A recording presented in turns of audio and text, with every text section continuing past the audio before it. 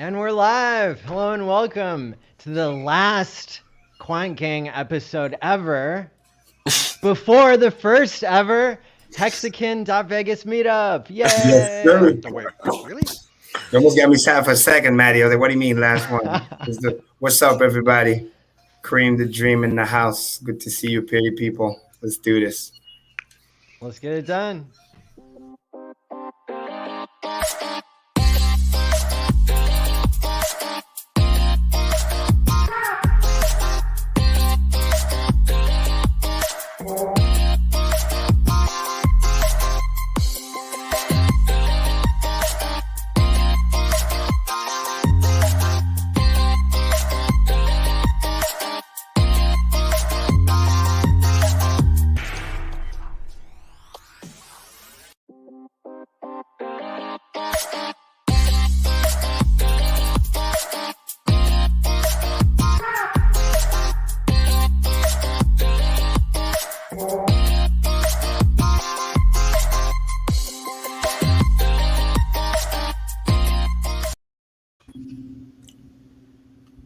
Yo, So, are we there yet? Like, are we at a dime?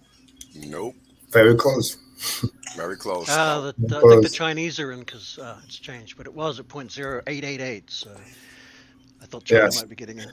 Yesterday, we went as high as, yesterday when I was like, I think I saw 9.6 and 9.8 as a wick. But again, just like we briefly talked about, it's probably, we think it's that person that either got hacked or something happened. There was those massive emergency end state. That's the reason why. But it's gonna wake back up. I feel bad if it's a true hexagon that lost his coins. Again, guys, security.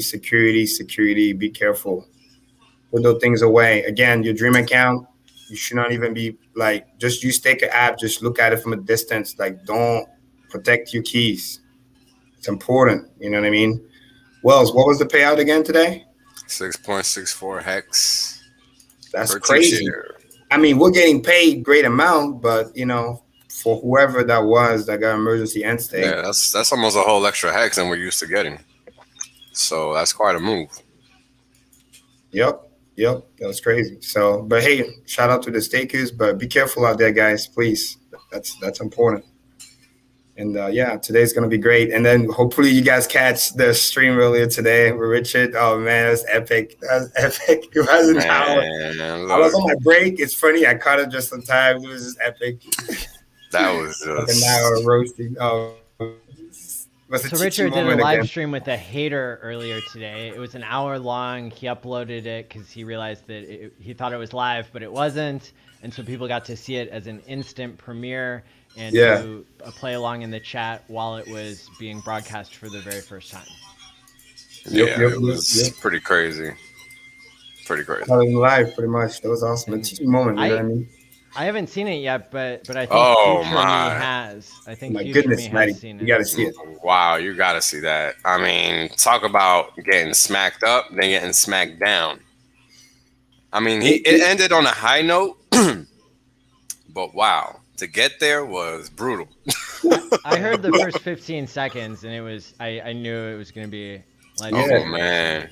It's a perfect progression, right? The guy got humbled around the way, and then towards the end, I think he either lost his voice or he was just like, I just felt bad. It was just like, well, he just realized he didn't know what he thought he knew, and that's all. We all find ourselves in that point of time or that place, and there's nothing wrong with being wrong. It's just about realizing you're wrong and then just shutting the fuck up and keeping it moving. He realized who he was talking to towards the end. He might be buying some hacks too. Kudos to him, though, much respect. Stand up for his beliefs, and I was impressed by that. But he'd obviously spent a lot of time over his life really diligently studying, I believe, and which is why his belief set conviction is so strong. But unfortunately, he appears to have been studying inside of a little bubble, and not poking his head out enough, So. Been there, done that. Yeah, and that's how it goes, though, right? That's how you learn to keep your eyes open. You know what I mean? To what's going on. Yep. And especially, because he said he was also like a dev or whatever. But there's a lot of things he didn't know. like it goes to show, right? Being a dev doesn't mean anything. Like if you don't expose to like true DeFi, there's a lot of things you didn't know. You didn't know about limit orders, Uniswap version 3, things like that. And then it was a great teaching moment too, because it'd be like update your worldview, but also understand that like this is crypto. Like you don't pay attention, your data can get outdated like this. Like the data that he knew about what DeFi and decentralized exchanges to be, or like fucking 2 years old. Dead wrong. Dead wrong. You didn't know about how those works, and I think that was great because see, that's the beauty of Richard, right? Even when you get smacked down, you learn something. Yeah. Well, kudos to Richard because he understood. He understood what was going on, right? Because it also takes two to tango, right? And he realized that the dude just really didn't know, right? And then he brought it down. He did to a respectable level, and he educated him, and that's that's what it takes. That's what it takes. That's what a leader does, and that's just what it is, right? So kudos to him for doing that as well. Not before he asked him if he had a legitimate mental illness, because if he did, I'll back right off. Yeah, man, that one fucking killed me because it sure as hell seemed like it for a minute. You know what I mean? Shit. I was like, that's next level, but then he backed off. So right. I mean, dude was doing it to himself at that point. So yeah, you know, it was a good way to do an afternoon too, and then he gave the guy a chance, because he didn't have the many followers, but at least he was courageous enough to hop on stream, so that was good. Yeah, exactly. Yeah, much respect to him. It takes a lot to do that. Yeah. And shout out to everybody in the chat. Thanks for being here as always, which is really awesome. Shout out to everybody in the chat. And thanks everybody for the super chats and donations. It's much appreciated. And so what if we go around the room and say, like, what are some things that we're interested in talking about on this program? And I know I've got some data to show. I haven't been acting much like a researcher in my broadcasting days of Hex like I have in other parts of my life. So I've come prepared with charts and graphs to try to increase our understanding of how our T-shares are behaving across the fourth dimension of time. And then we're also going to be talking about Las Vegas and why that's going to be super awesome, and it's happening next week. I'm wearing my shirt. Check it out. Nice. What do you guys have going on this week? What's been the topic? I think the key thing, and then so that way we can focus on that for you today, because I think there's going to be great content, is we can just give a quick overview about the market first, because I think most people just want to get that. And then quick shout out to all those who listened literally last week. Again, not sound like a breaking record, but everything we said happened. Last week, funny enough, Matty, we were at 6 cents. And today, and since yesterday, we almost touched 10 cents. So even if it's 9 cents, it's like, that's a 50% move, right? So shout out to everybody that pay attention, that listen. You are 50%. People are telling you, and this is one of the funniest things Richard talked about with that guy today, thinking about, Bitcoin's going back to all-time high. It's like, dude, no, it's going to 10K. And then my favorite part was he said, let's bet. And then the guy paused. He had no conviction. Like he said, he was so afraid. Wow. So, updating data on that, which is cool. And, just like we talked about, things played out. Like it's just doing the dead cat and then just be ready for, the next drop after that. So doing those updates. And then after that, give you the floor because I think it would be great. Wells, what do you think? Oh, yeah, man. I mean, look, we're just analyzing the market as it goes, and we lay out the probabilities as we see them. Mm-hmm. And that's all we can really do. You know what I'm saying? So the fact that we're right, we could be wrong, but understanding what the market is doing is what allows us to be correct more often than not. And that comes with experience. That comes with looking at what matters, right? Not falling victim to narratives and whatever other nonsense is really in the way to get you to look left when you should be looking right. So that's really the most important thing to realize, because tooting your horn doesn't do anything for you. It's more so about realizing what time it is and what it is you have to do in order to succeed in this game, because that's what we're here to talk about, right? And us making these calls in real time it lends credence to what we're talking about, because otherwise we wouldn't be able to do it. And it's really that simple. So, you guys sit back, relax, and take in what's being relayed, because it's important. It's very important stuff. It's going to change your life if you take it and internalize it and respect it, right? Because knowledge that's free usually isn't valued at all. So for you guys to sit here and sit with us for 10 hours on end, right, and listen to what we're talking about, much respect to all of you in the chat, because that also takes determination, that takes grit, that takes patience, right? You got to want to sit there and listen to us just go and go and go. Yes. Right. And that's really just step one, because this is what I used to do. This is how I ended up learning, right? This is how we learn. We learn by listening and then by taking action, learning through osmosis. So much respect to everybody in the chat. And Absolutely. I want to recognize our special guest tonight, Future Me, coming to us several hours. Love the name, man. I really love the name, because it's what Maddie says all the time. Yeah, well, first time I reach out to Maddie, I thought, oh man, I can't use my normal doxing thing. That's just not done around here. So he's always sending money to Future Me. So I thought, well, hell, that's who I am, right? That's what Longer Pays Better is all about, That's it. Yeah. Ooh, we got a nice dump going here, guys. Yeah, the essence of personal development. So yeah, Maddie, let me just share my screen, just kind of break a couple of important updates for like 5-10 minutes, and then after that, just give it to you, and then you can just let us know. Perfect. All right, Hexicant, let's do this. So first order of business, as you guys know, always like to check what's going on with the crypto Quant, keep you guys updated on what we see. So a couple of things. Maddie, let me know when my screen is shared. Got it. All right, perfect. So again, nothing new here, sounding like a broken record. It's still negative, heavy, 12%. So again, Bitcoin right now is around premium.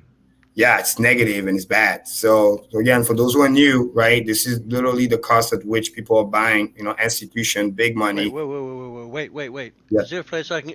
Is this a good deal on BTC? Is that what you're telling me? I'll be back. Yeah, it's basically. Wait, don't go anywhere. Yeah, right. You'll love this.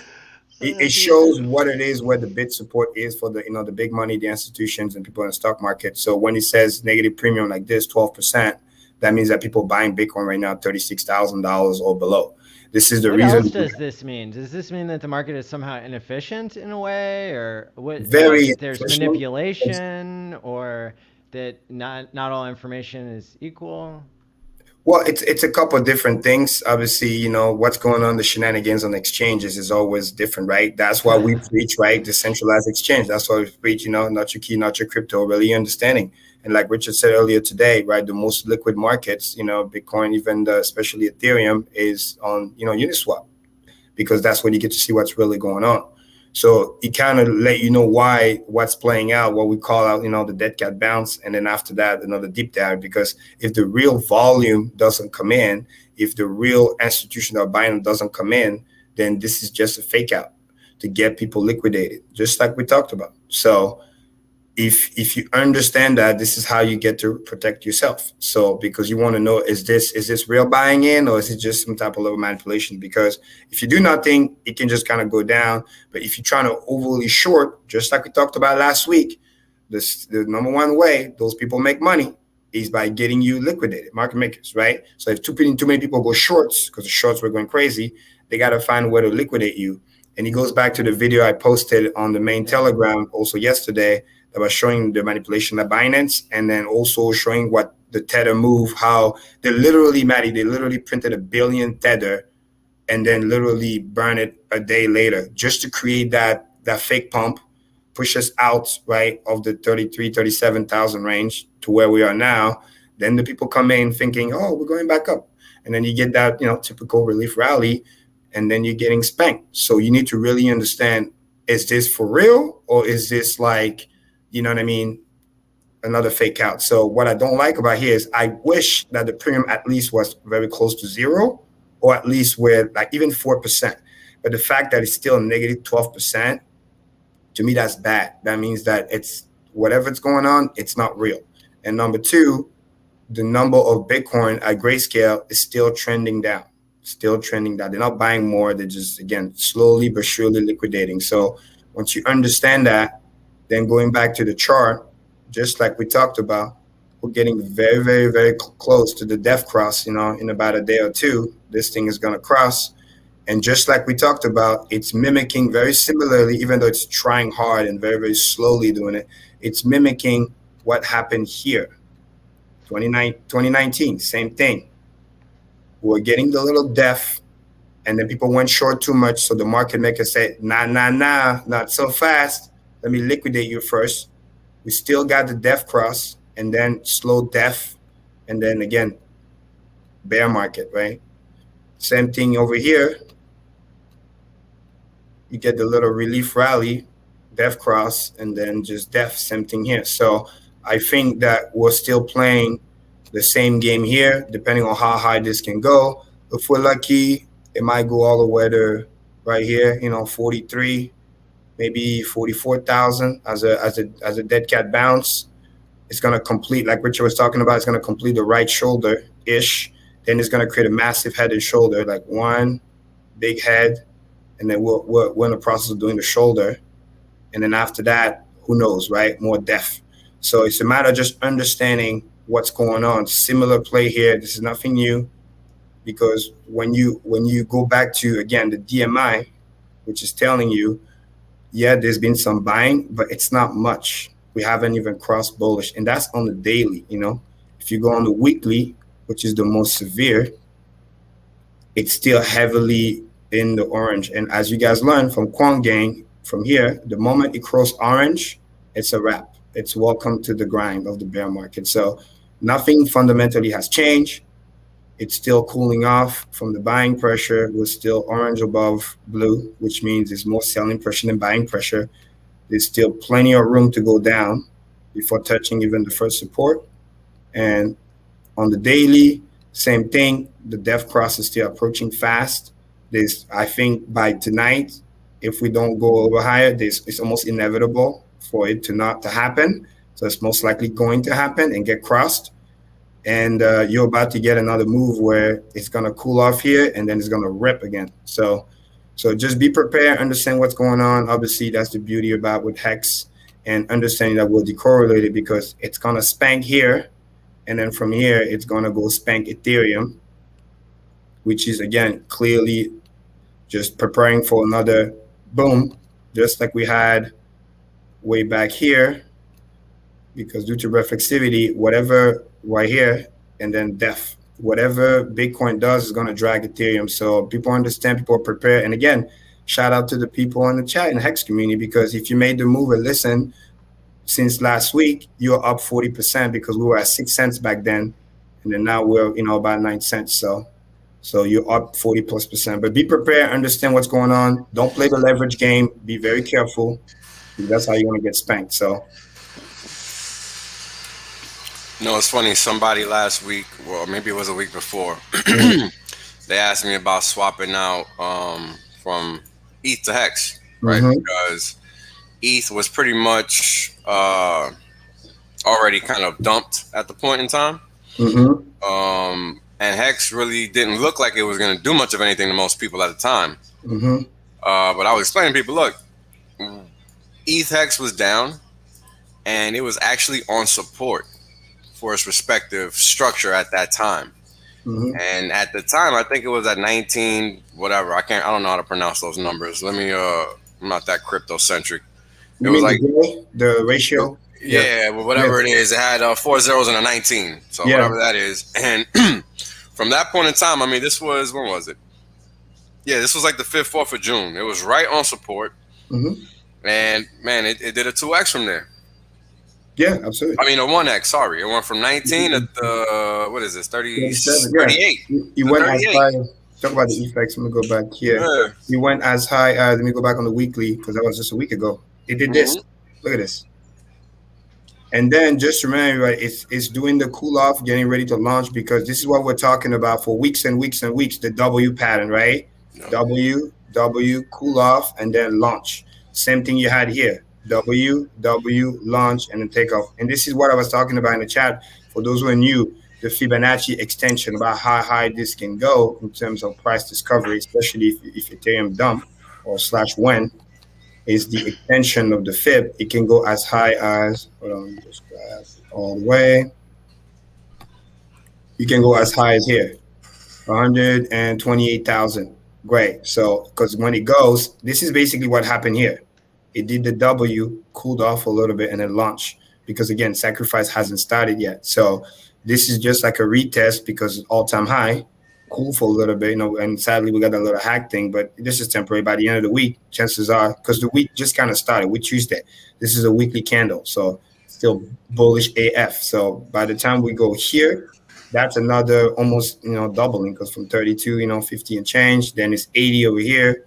Then it's over 100,000, and then because you can just go, because this is another like what we call price discovery. So once you combine that, you understand that it's amazing. So again, for those people who pay attention last week, then they were able to get this, which is 49%, which is insane.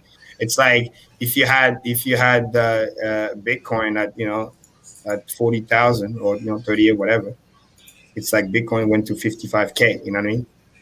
Or if you have Ethereum, it's like Ethereum went to 3,500. So you're getting that move, so that way you don't get left behind, because everything with the T-share and everything. But in recap, it's just making sure people protect themselves. That's right. They're to print some fake money just to create the little mini pump, get all the FOMO tards back in. Oh, look, it's a breakout, but you understand that's low volume. Look at this. This is garbage. It's fake. People forget about the death cross. Influencers tells you, oh, we're going back up, not understanding that, the fucking premium is still negative AF. Nobody gives a fuck. They still selling Bitcoins drip by drip. Doesn't matter. Nothing really has changed. Stock market did a little tank today. And then there's still the inflation numbers were not looking good. And this is the thing that scares me the most. It's here. The ETH to BTC, I don't like that. This is even worse. It broke this. And then it should have make another eye, but it does not, because now what's happening is, which is typical bear market, is that everything started to die to go feed Bitcoin to trying to prop it up. Make sense? So the ETH will literally crash, and this happens here where it can continue. Yeah, to do this. Don't be afraid, Karim. We got your back. Okay. When you fall, there's no need to be afraid. Yeah, exactly. So sorry to interrupt, but I this technical analysis stuff. I heard somewhere. Just tell me, is this true? Does price tend to follow volume? I've heard that somewhere, that price tends to follow volume. Not necessarily. Usually it's no. It depends. Yeah, it depends. But usually it's the opposite, because usually the price do a certain thing like this, like it does a breakout, and then the volume follow up as a follow through, as a confirmation, right? Okay. So example here, let's do this. Well, I think all the Hexicans watching should crank up Quant Gang to the absolute max, just in case price does follow volume. Yeah. Go on, sorry, man. I'm pulling your chain. I'm sorry.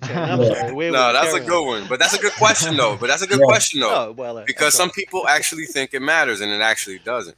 Yeah. Right, and I can explain why. The reason why is because now everything is electronic. Mm-hmm. Right, so everybody doesn't have to stand in some pit, in some exchange, actually in person, having to conduct any transactions. The markets are more bifurcated than they seem, right? And this is especially crypto, right? But just speaking in generalities here, because I don't want to get too bogged down on this topic, but the main thing about price is where it goes, not volume, because price is always going to be moving, and volume is just ancillary factor. It's not the only factor. It's just flow, right? You can have more buying transactions than selling transactions and still get the same move. Exactly, because that's how they get to manipulate stuff. And this is the reason why, once again, future me, because you're new here, this is the reason why I always say my favorite indicator is the DMI, because it's able to sort it out, what's buying and what's selling. So the goal is to see what the market maker is doing. So you always get, a couple of steps ahead. Like right now, people talking about, oh, this is bullish, this and that, when it's like blue hasn't even crossed orange, which means selling pressure is still higher than buying pressure, even though they do this manipulation thing, because it factors in the volume as well. Because this was a heavy dump, and then this is kind of like it's pumping, but it's on low volume, which means that anytime it can get spanked again. And then it's too late for those who do leverage trading. They get liquidated because they get caught with their pants down. And the higher the time frame, which is the best time frame, is the weekly, you get to see this was some serious buys way back when we started the bull run. Then we fell out of the parabola. Then we're trying to maintain a little bit here. And the moment this part here was broken, it was like death from here. And then when this cross, this tells you what the market maker is doing. So okay, we're gonna be doing the dancing with the volume up and down, which by the way only enrich the exchange. But it's telling you that selling will outweigh buying when orange goes above blue, which means they're telling you the trend is your friend. There's a change of trend. Same way which happens here. The moment it crossed here, that was the bear market. Same way it happened here. This was the top of 2019. The moment it crossed right around here, bear market, which is the same thing we're playing here. So that's why we're trying to get our little dead cat somewhere here, 42, 43. If we're lucky, we might not even get there, depending on how the death cross plays. And then after that, it's gonna be a wrap. So it's just making sure people are protected. And in the quant game, we're looking at multiple, what we call confluence, right? Not just one thing. What are we seeing in the chart? What are we seeing in the FX ratio? What are we seeing in the grayscale premium? Like, are they still selling Bitcoin little by little, which they are doing, right? You still see like fairly low volume even on Ethereum DeFi. Like the people who had money got liquidated. Like you hear all those bullish news stuff, but the price don't really pump as what it's supposed to be pumping like crazy. That's how you also know you're in a bear market. Because another thing people forget, in the bear market, good news doesn't mean shit. Like it barely moves the price. It does just a little pump to the point where Tether had to manipulate and print $1 billion for a day and burn it the next day just to actually artificially create that pump, which tells you there is no money. Because when the little guy gets liquidated because they play too much with margin trading or the scandal with Binance, then the only people that can buy is the big guy. Just like we talked about last week where Let's talk about finance. I don't want to forget that. Exactly, and this was also last week we talked about El Salvador. No offense, the country, it's not a big news because they have a little bit of money. God, I have something I want to talk about with respect to that. We're all when we're ready because we're all gonna be like, what the fuck? Yeah. We will talk about it, but at first we have to make sure everybody who's watching here that has not hit like, get out.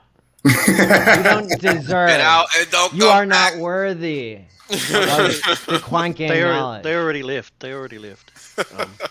I'm 17 hours ahead of you, and I'm gone. Yeah. Okay, good.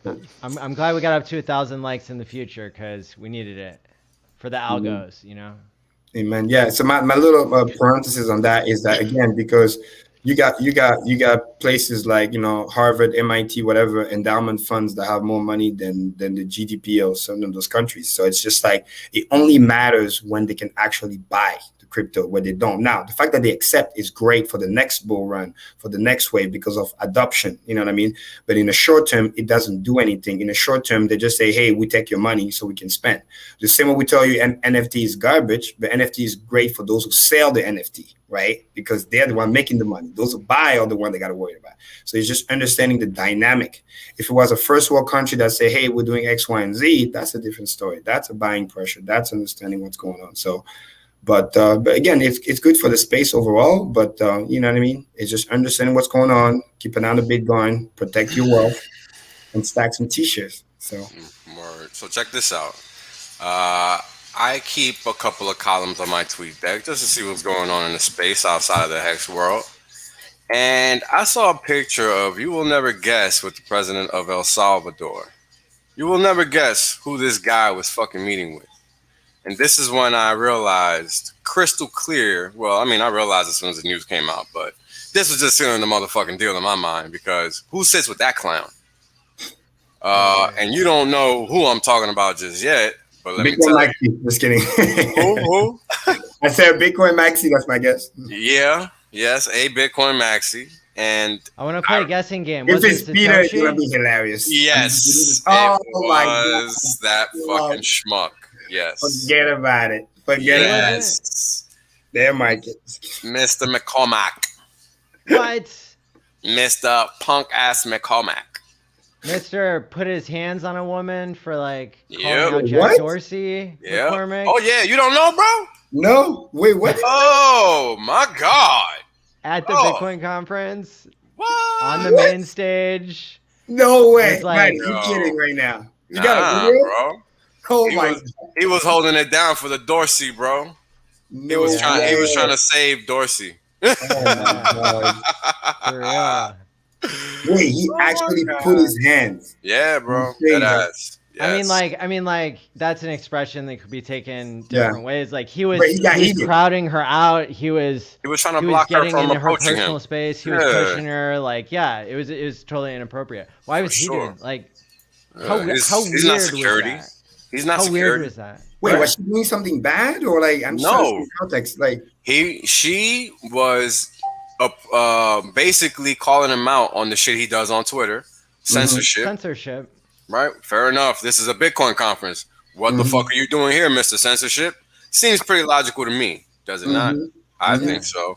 Yeah. So that's all she was doing. That's it. Damn, that's crazy. This guy got no sense, man. Wow. Hey, listen, I'm not surprised. It's Peter McCormick. There you go. Let's just say that and move on. Mr. Liz on his knees. What can you say besides that? Shame. That's effed up. Yeah. Shame. If he didn't get all of his illegal loans and spend it on Bitcoin, maybe he could have gotten illegal loans and spent it on Hex. Maybe. Imagine that. Somebody in the chat says, her lady's name was Laura Loomer, and then she was running for Congress or something like that. Oh, really? Wow. He almost I didn't even know that. Potential congresswoman. That dude out of his mind. Oh, shit. That's crazy. He's on the shit list if she ever makes it anywhere. Oh, man. Wow. That's hey, crazy. Man, look. This is the thing you guys got to understand about people and ideologies, right? People that are willing to die on hills that are clear signs of cognitive dissonance, like just run away from them as fast as possible. Because all you're gonna do is run into a wall, and that's it.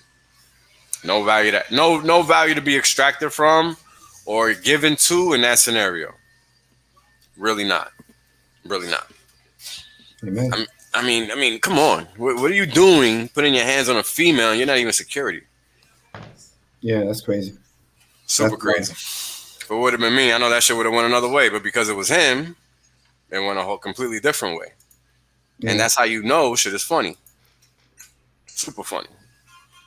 Yeah, but like I said, I'm not surprised, right? It's Peter McCormick. Yeah, exactly. Clearly. Just damn shame. Perfect. Yeah, Maddie, that was the quick update I wanted to give, and I will go more in depth later, but now I want to hand you the floor, so you can go ahead and update. Well, I've got the perfect segue because my favorite time I saw Peter McCormick doing a live stream with, or I guess it was pre-recorded, with Andreas Antonopoulos. So at the end of the interview, they're both like awkward, weird people, like one of which knows way too much about Bitcoin and the other one way too little. And, but McCormick actually owns the stuff. So, it's a draw there, who's doing what. But I guess Andreas, he's the one who tells beautiful women that they're not allowed to work at any conference that I remember that. Yeah. So-called booth babe policy. Oh, I heard about that nonsense. Yeah. Yeah. So, and so we made a non-discrimination clause in the first Hex conference. If you go back and read it, it says we do not discriminate against you, whether you look good or bad or whatever. People are people, right? And so it's not it's not up to us to judge that booth babes can't make a living too doing their booth. I mean, that there is just merely a function of him trying to bring his politics into crypto, and that shit just isn't going to be allowed, period. So people like him are going to clearly die out of the space because there's simply no room for that. Yeah. There's simply no room for that. There's no room for that here. We're not here for that shit. And if Bitcoin maxis want to play that game, good luck to them because we're not fucking playing it. And we already see who the fucking market leaders are, so good luck to him. The two of these guys, they had finished up doing their interview about, whatever, the tech behind Bitcoin. And then they were both making small talk. And Andreas was like, yeah, this and that. And Peter was like, oh, I'm quitting drinking. Like, that's something I'm doing with my life right now. And Andreas was talking about, it'd be neat if there was some way that, a fitness app or something could track that and could gamify it, blah, blah, blah. So there's these two people sitting there in Bitcoin who both have like extreme influence and like understanding and everything, but they missed the point that I thought, the natural conclusion that I thought that they were going to get to, which I had gotten to several years in the past, that maybe someday crypto will be used to allow people to pay themselves for rewarding good behavior, for behavior change, for positive things like quitting drinking, quitting smoking, quitting video games, gambling, right? Other positive behavior changes like staying active with exercise to combat depression. All these behavioral changes, they're not easy and they require motivation. It turns out money motivates people. And it turns out when it comes to crypto, true crypto, not Bitcoin, but things that are better forms of programmable money, i.e. Hex, is something where there are people developing things such as myself. I am, thinking about how behaviors can be changed in Hex. And Hex already did a bunch of the work for me, in fact, because Hex incentivizes people to save for the future. And it turns out that that's good for my mental health. And I see a lot of other people who are having similar benefits. So that's why I've been working on this concept of the tshare.app, which has, it's part of the ethos, I think, of the thing is that we don't expect work of others. And that can actually lead to people feeling better about being giving and not getting burnt out and having good mental health, right? And so, people might have noticed that I went ahead and turned on the social media accounts, and we're on like 50 different accounts, T-Share app on everything, Twitter, everything except Facebook. Screw Facebook. They're middlemen anyway. But yeah, so it's been kind of a process of starting to realize how things can come together to basically create an onboarding experience for people, because if people are going to have an app that helps their mental health, and if that app is already decentralized and it's a better form of programmable money, like we need to get people into that first before we go jamming omega-3 down their throats to improve their prefrontal cortex, right? Mm-hmm. And so I think actually that there's a huge opportunity here because Hex is such a new invention that people such as ourselves can talk about it for hundreds of hours and have more and more people interested in learning about it, right? And as we'll see tonight, we're by thinking about these things and having a community that is so intelligent, we're able to kind of discover new ways of understanding T-shares and paying our future selves and all that kind of stuff. And so it's, we continue to see exciting things emerge. And so I think that is mostly a net positive, but it's also somewhat of a liability, because for me, I know there's plenty to discover still in Hex, but then what about all the people who I care about who aren't in Hex yet? And wouldn't it be nice if we had a way to onboard them very quickly with it not taking too much time, right? If we could do it in a way that's secure and gets people in, and then, the idea of teaching a man to fish instead of just, giving him a fish sandwich or something from McDonald's, whatever it is, whatever they call that, the McFish sandwich. I'm not sure. One way or another, you're getting your omega-3. I guarantee it. You gotta get your fish oil. But the point is that people.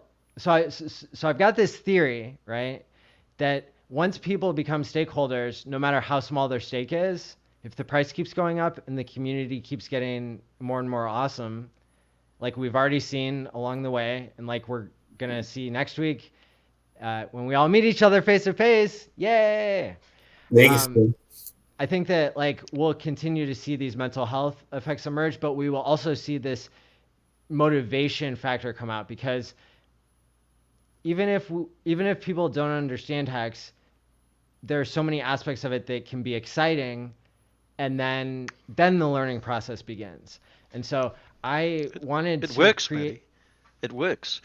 Like what's that? Before getting staked. Before I was actually staked, I had no intention of selling my cat. But after I got staked and I saw the price go up, I'm like, why didn't I sell my cat? What the heck? And now we're getting a dead cat bounce, and but Ski Cat's back, so exactly. So it's all good. What the universe taketh, the universe giveth back, right? That's right. Yes. Amen. And yeah, now I'm excited. I mean, for you to share so people can get more familiar with it. So because I think the intention is in the right place, and again, mental health and promoting the right behavior, building health, personal development.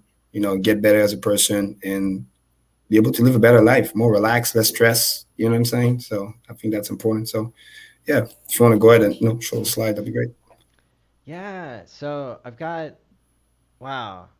It's kind of a weird story, right? Because we have the app that's in development and we don't expect work of others. So we know it's coming along, and part of the proof of that is that we found some really interesting way to think about T-shares other than just the count of how many T-shares you have, which is how most of us currently think about, oh, there's Hex, buying Hex, that's great, right? Because the price is designed to go up and it becomes more scarce when it's time locked, blah, blah, blah, right? All the other selling points. But then there's this extra layer of T-shares, and that it tells us that you've got a chunk of Hex that is locked for a certain period of time, and you can accumulate multiple T-shares or stakes that are all called T-shares and have a number associated with them, but then have different durations. So not all T-shares are created for the same duration or for the same size. And so when we take any current moment in time and say, this is how many T-shares I have, let's say somebody makes 5 different stakes. The examples that we modeled, somebody had 5 different stakes and they staked 20. They purchased 20 T-shares, and then we compared it with different stake length ladders. One who was below average stake length, one that was average, and then another one that was above average.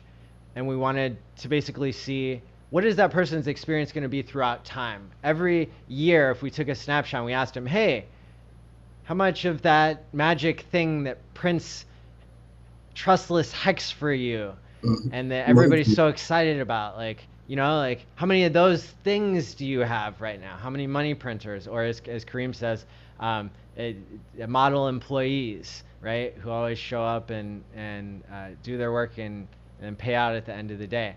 24/7, and we do expect work from those, so they can't be others. They must be yeah, okay. Very good point. Yes, so you're welcome. So that's something we can count on, is the Hex contract paying us. Yeah. You're paying for it to stake. Thank you so much, Latin American Crypto, for the $55.55 super chat. Definitely a shout out to the Cuatro Cinco max duration of a T-share, saying, please support Quant Gang. They're the best technicians in all of crypto, and their content is priceless. These men are givers, not takers like BitBoy. Well, thank you so much. I appreciate it. Yeah, Maddie, why don't you show like a visual so then you can also help like break it down. So for people new, because then I don't know how much we can talk about. But yeah, I want to show the visuals, and I also kind of want to like do a lap around the ideas really quick so that we can make sure that people don't get lost in like the visuals only, because I know that there's a lot of information we're about to present. Like the big idea here is that this is a concept that you will not explain to people that you are onboarding with the simplified version of the tool that we're creating. So the idea that we landed on was to create a 15-second game, and then maybe that would distract people. Maybe it would even teach them something, but that it would distract people from all the questions that can happen when you're onboarding. Sometimes I get so excited about, you know, buying my own freedom, the possibility to change and understand the world, right? Like there's so many things I'm passionate about. So if I care about somebody and, you know, I've got time to talk to them, I'm going to tell them about what is money, what is Bitcoin, what is Hex, what are T-shares, right? And as the world opens up, there's going to be more and more people who I could onboard if I didn't go into all that stuff, because they don't have time for it. They only have time to say like, oh, how are you doing? I'm good. Like, here, get in this crypto. It only takes 120 seconds to do. And then like, oh, maybe they would do it, right? And so I'll still be able to tell them about Quant Gang Stream, still be able to, you know, take the quality time, but I won't feel bad that like my only two choices were over-explain stuff or like really not have a good way to get somebody through all the steps. And then, so anyway, so that was the point. And then we were like, all right, how can we simplify things? And I'm gonna save, like there's so much stuff that I'm gonna save, but because I think it'll be good to present when the app is ready to go. But what I wanted to share today was all the complicated stuff that we realized when we were understanding how to simplify things. So this should help also people to see that there's a lot of things of value here that are being discovered. So I'm going to share my screen here.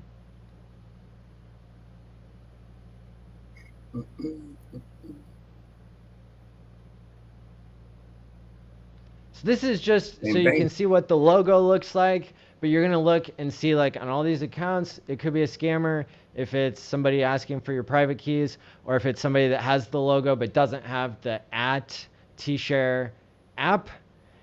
Is literally, that's not just the display name, but that's the actual, you know, Instagram.com/T-share app, MySpace.com/T-share app, right? Whatever it is. So, I haven't had a new follower on MySpace for so long, and so thank you, Maddie. Are you serious? No. Okay. But I might be in the future. Are we starting a band? Is that what I heard? Nope. No. Okay, good. But like MySpace is for bands now, so I'm not sure why we're on there. But like the idea is, if MySpace ever became about crypto, volume, then nobody could scam us out of like the domain name or whatever. Yep. Wasn't even sure if that's what it was. Hey, look at this. Wow, Extraordinary Crypto. Thank you so much for the $100 super chat. Have one on me in Vegas, guys. Full respect to your efforts. Thank you. Yeah, thank you. I will appropriate those funds for the Quant Gang. Mexicans are so giving, it's crazy. It's crazy. We have been taught by the money tree himself, so that's it. Keep planning. They keep coming back, so it's awesome. To make a comment on this, so I, you know, people who, let's say, whether society would think of them as like being responsible for the decisions that they make, you know, like you're foolish with your money because you enjoy gambling so much, and you know gambling is bad for you. Like my view on changing human behavior, coming from working 11,000 hours with people in mental health clinics, where many of those people were court ordered, so they weren't motivated, right? And the idea was that people can change when their environment changes. That it's super underrated, this idea that if you change somebody's environment, then you change their behavior. Like we know that that's true, and yet public policymakers and even scientists and a lot of people in between do not use that in order to fix problems in the world, and they would rather blame people for being bad. And so I see that in economics with money. When you incentivize spending more than you have instead of incentivizing saving, like with an interest rate, then then you put people in an unhealthy monetary environment, which causes mental health problems and other bad behaviors. So if people are too busy or too quote unquote stupid or uneducated or unwilling to learn, spend 100 hours watching quantgang.com playlist, then I still want to reach them by changing their monetary environment, by tricking, all right. Roll back the tape. Roll back the chain, everybody. Tricking is not the right, by making it fun. Like Robinhood, I don't know if it's fun. I thought it was fun when I listened to Richard and bought $100 of Bitcoin when it was like $3,300. I thought that was fun. But the graph changing from like green to red when you're stuck on the minute candle, like that's not there for the people. That's there for the exchange to make money off, pretending like they don't have fees. And so Robinhood sticks you on a 1 minute. Is that how that works? Like you can only see a 1 minute chart. That's what all the kids are doing now. The entire screen changes color from like bright green to bright red, like all the time. I've kind of seen it, but I just assumed you'd be able to go to 1 day or 1 week. You can. Oh, you can. Okay, but that's for boomers, not for people who know what they're doing because they're young. Maddie, you got great comments in the chat. I think you should check it out. It's funny. What do we got? People, one t-shirt app. And then Coffee's comment too. It's funny. Yeah. So we've already corrected this because we're not going to use any words or numbers. But also, we're not going there yet. But thank you, because that was something we had to solve for. Because it's. Yeah, why don't you just go through the slides so people can get an idea and then we can kind of break down, because I think it's pretty good. So remember, I know there's some things that you guys know that we're not sharing publicly yet about the app, but this has to do with more of the science behind, the way that we think about time, right? In this example, in this chart, we are imagining that we're somebody who's staking for the first time, and we're playing with go.hex.com, and we're entering numbers in. So this isn't shown it's shown down here, I guess. So when you look at the difference between a 10-year and a 15-year stake, you get the same number of T-shares because the 20% more per year bonus maxes out, right? That's kind of a technical detail that if you played around with the numbers there, right? And so what this is showing is simply we're multiplying by the duration, the number of years, and we're multiplying by 100 to get basis points. And so basically, we're able to show something that is mathematically true, that this is how much more T-share years you get, instead of having to show people, if you put in $50 and you get 650 hex and everything, then you get 7% of a T-share for 5 years, or 10% of a T-share for 10 years, or 10% of a T-share for 15 years. That's already confusing. That's telling people that longer doesn't pay better, and then you have to go into a bunch of imaginary predictions about what the USD price is, what the interest is, all this other stuff. But so this is a different way to look at it that is mathematically correct, that shows that you will have those T-shares longer at the price you're paying today, which is more valuable. Yeah, so pause for a second. So for everybody watching, what Maddie's saying, I'm trying to break it down in simple words, is that he took the combination of what your T-share is when you create your stake and then your average stake length, and then it's rewarded in a way where it's creating something called T-share years. So you get to see how the longer pays better function kicks in from 10 to 15 because of what I taught you guys, which is the T-share preservation, holding that for the longer period of time. So instead of just having a average stake length, which by the time a stake expire, of course, it triggers a change in your average stake length, Maddie's transforming that process into what he called T-share years.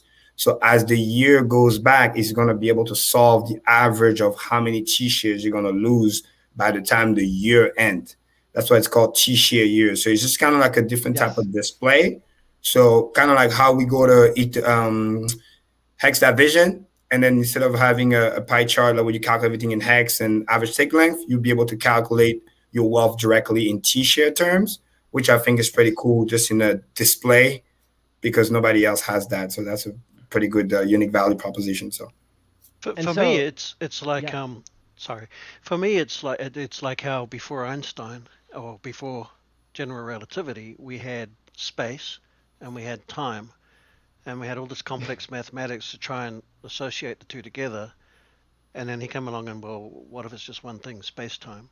So we've got shares and we've got stake length, and now we've got what are we calling it? T-share years. T-share years, yeah. So it's T-shares multiplied by the years. It's not a direct analogy. Unfortunately, general relativity isn't quite as easy as just taking the space and multiplying it with the time. But here's a fun fact. On your Dream account, when you do that 555 and everything, you'll find something amazing. Your T-share year will match your staking length average, which will match your T-share because there is no difference. You're going in for the win. So I can't wait to plug that into my thing too. It'll be funny to watch. Go ahead, future me. I was just going to say, well, so once again, unfortunately, Quattrocinco makes the most sense, even when you try to describe it differently like this. Yes. But I think just that's a breakthrough in the imagination just for visual. When people say, oh, what are T-share, this and that, because then we can scale that all into B shares as well, because then people can get to see the sum of their stakes, as a whole account, and be able to see, okay, as the year goes by, this is the amount of T-share I'm going to lose per year, per 365, because of how it's calculated in T-share years, instead of having hey, my stake length average is like, 8 years. And then all of a sudden another major stake ends 2-3 years from now, and then it changes your whole entire thing. And because you didn't restake, you thought you had a long left in the back end, but then you don't. So T-share years can be able to model for you how many T-share you're going to lose. So it really kind of push that good narrative of T-share preservation, about understanding that get what you need, but make sure you restake long enough so that you can be protected. So be able to see that slow decay over time is a pretty good visual, and having a pie chart of your wealth stake in T-shares instead of in hex, I think that's very powerful, because again, for behavior psychology, that right behavior. Calculate the wealth in T-shares, not in hex. Yeah. And looking forward from the beginning, when you're, as a new user especially, trying to decide, how long am I going to stake? I only wanted to do a day, but oh look, if I do a month I get more, and oh look, if I do a year I get even more. And then you find out it maxes out at 10 years. And so if you're like me, you go, well, I can't see any reason why I should stake longer than 10 years. What the heck's the point? Now I know there's a very real reason to stake beyond 10 years. But when I was looking at this chart, or the previous chart, just the shares versus time chart before, when we get to 100 on this chart, it just becomes a flat line, right? But what I didn't understand, of course, is that the number of T-shares I have when I get to that 10-year mark continues through to 15 years, multiplying. Yep. What I'm getting. This is when the preservation start. Yep. Yeah. So looking forward, with this curve, I can say, so it still keeps going up and to the right. I wonder why that is. Okay, maybe I haven't got time. Maybe I'll just max it out because that looks like a sensible thing to do. Whereas previously I was like, well, it maxes out at 10, so why would I stake any longer? It's and I got all these big stakes for 10 years that I just wish were 15 years now, because I didn't get that point. And if I'd seen this line instead of the other line, for me personally, it would have made a difference. And that's proof too that we're out here sharing better strategies than we had starting off, and that's the truth. That's nice. It's like any of my favorite chart that Wells keeps creating, right? It's another way to be able to visualize, because some people are very visual, so be able to explain things in simple terms, but also make them visualize so they can see, say, oh wow, this is what you mean, so they can see why it's important when you go to restake, especially that you plan it correctly, because obviously some people made that mistake. And then if you make a big mistake, you can drop a class and never be able to get it back, because again, the prices leaves you behind. The T-share rate increase. I mean, we're almost at $1,700, for a T-share. So it's very important that people get to see that. So And it's another great display on top of all the other stuff. And it's a testament of Hex decentralization, another UI, another great thing. So yeah, Manny, continue to search.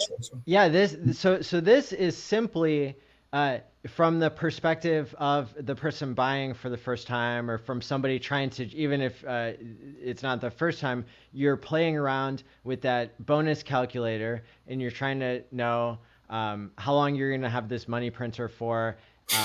It actually matters, whereas you'd be misled and be thinking that you would only get 10% of a T-share at 15 years and at 10 years, that longer doesn't pay better in that part of the formula. And so this is helpful, but then we realized that it's helpful to people also who are already in the system, who are valuing their wealth in T-share count. So if we look at the method here, I'll show the whole thing here first, and then I'll put this on Medium and Twitter for people to. Yeah, that table is good for you to explain. So this is just as I said before. Let me get it. Just as I said before, this is 15 years, and we've got somebody who here has staked an average of 12 years. And so their staking ladder, they have 5 different stakes, A through E, the columns here, and then each row is per year. And so they have stake A is for 10 years, stake B is 11 years, so on and so forth, 12, 13, and 14-year stakes. And all of those stakes started off as 20 T-shares. And then, so there's 100 T-shares total. So the person who's using only T-share count as value in their wealth is going to say, I have 100 T-shares now. And then those T-shares in their mind exist as 20 T-shares all the way until the 10th year when the first one drops off. And then it goes down to 0. And then the person's at year, before the 10th year ends, they say, still have 100 T-shares. And 9 years later, they still have 100 T-shares. But then a year after that, they have 80 T-shares. And then all of a sudden at year 14 or 15 there, they have 0 T-shares, right? And so normally people are going to be buying back in some portion, but the reality here is that the T-share price will increase at some point before they reach the point where it'll be impossible for them to buy back their T-share count, let alone know how it is decaying over time. And so that becomes clear when we look at the second method, which is looking at this, I guess you guys are calling it product or factor or index or lots of math words. The same thing. So this is same staking ladder, same number of years, same amount of T-shares, except now we've multiplied 20 T-shares by 10 years. That's how long the work contract is for this worker that's going to be printing money for us every day, every year. And then also now we can see for stake 2, it was 20 T-shares times 11 years, and we get 220 T-share years, so on and so forth, allowing us to add up all of the T-share years that we have at this first moment in time is 1,200 T-share years. And then 9 years later, you can see that you have 300 T-share years left instead of the same number that you started with. So you can measure the decay over time, and you can know how your time is running out and paying you so well in Hex, but then you want to use that Hex and you want to make all the decisions. If you have a stake coming out every year for 15 years, then you want to make decisions along the way that allows you to preserve your T-share years, not just your T-share count, because you want to account for the number of T-shares that are dropping off every day as they age. Yeah. Hex, again, look at it like it's like your W-2 contract, but you're still a temporary worker.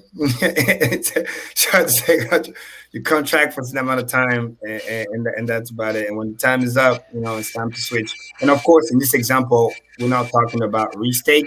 It's just for you to be able to witness what is that decay so you get to see what's going on as the year goes by. So yeah, it's somehow correlated with like the value proposition of what you're buying into when you're deciding to stake, though, isn't it? Like, like if I just say I've got some amount of hex, and usually that's all the hex I've got, right? That's my experience. So I just hit max on that, and then I'm trying to figure out how long I want to go, because nowadays it's 5555. But it was difficult to kind of put that together in my mind, whereas now it seems kind of obvious that if I go longer, I get a bigger number all the way out to 15. Yeah. So it kind of looks like would it be right to call it a value proposition index or something like that? I mean, it just... I'm sure Wells is going to name with that. Yeah, it's like a barometer, right? It's telling you what the temperature is. It's telling you what the life expectancy is. It's actually cool, because even though we know T-shares don't last forever, I personally never thought of it as like a timer, right? It's a great way to see how much time you have left with T-shares, right? Once you start, and then the clock starts winding down. Yep. Right. And I had never really thought about it like that, but that's true. Right. Like, instead of them just suddenly dropping off and correct. Yeah. Correct. Like, they're actually dropping off over time. The duration shortens every day, right? With each passing day, you're holding that T-share for one less day in the future, because that day just passed and that day is today. Exactly. It makes you visualize what longer pays better is life, pretty much, especially for those who trying to reach what I used to call, level 3 understanding about, why people keep asking in the beginning, why do I do 15 if I should just do 10 when I don't have no bonus? Well, when it's explaining T-share years, they're going to be able to see the value of those 5 extra years, how they're holding that extra T-share. So that's why it's pretty good, just for visual. Thanks to I Killed Epstein. I guess now we've got that on camera that I said that. But, 9.99. Thank you for the super chat. Awesome comment here. Hex doesn't just shine light on the technical aspects of the real world. Hex also shines light on our own behavior over time. Amen. For better or worse, none can hide from the light. May Hex shine on us all. God bless. That's right. That's all we're here to do. So we've got graphs here that show elegantly like what the table above did, and this is if they're on top of each other, and then also if they're separated out, so you can kind of see the scale issue. But so look at that straight line. That's what it feels like to use T-share count and to say I have 100 T-shares every year until they start to drop off, and then they drop off very quickly. Whereas if we come over, so that's this one here, where we're seeing the longer staking ladder you have, the longer above average stake length, the more you are tricked into thinking your T-share number is the same through until it isn't. And then here, when we use the years on the same data, T-share years are decaying constantly over time. Right. So we're not tricked into thinking we have the same thing every day. And that way, when people have their year 1, 2, 3, 4, 5 stakes come out, then they won't say, oh, I just need to make sure I have the same number of T-shares. I'm just replacing those T-shares. Well, you want to replace the T-share years, really, if you want to play the game in a slightly different way. Now, if your goal is to not care how much hex you have, and not care how many T-shares, and not care what percentage of the entire future market supply you have, that you're playing your hand the best, then maybe you don't care about this. But if you want to play the game, and if you think that your gains are so massive that you might as well play along with the rest of us who are excited about it, then might as well check out this new idea, if nothing else. This isn't going to be like in the app that we launched like right away for like new people to get. Like we're just talking about things we're realizing now that we're drilling down into what are the certainties of the system, right? Because there's like a lot of things that we don't know, and we can't know what the interest is going to be every day. That's decided by the behavior of the entire system. We don't know what the USD price is going to be every second to every second. And hey, that's exciting. Like it's good that we don't know everything, but there are some things that we do know. So when we're designing something that can be a simple onboarding tool, that can be something that's really powerful to to grab people's attention, because they, it's like my buddy, I gifted him $27 worth of Hex 6 months ago. Then we just took a look at it recently, back when Hex was 5 cents or something, and it was like $400. So he is now learning more about Hex on his own,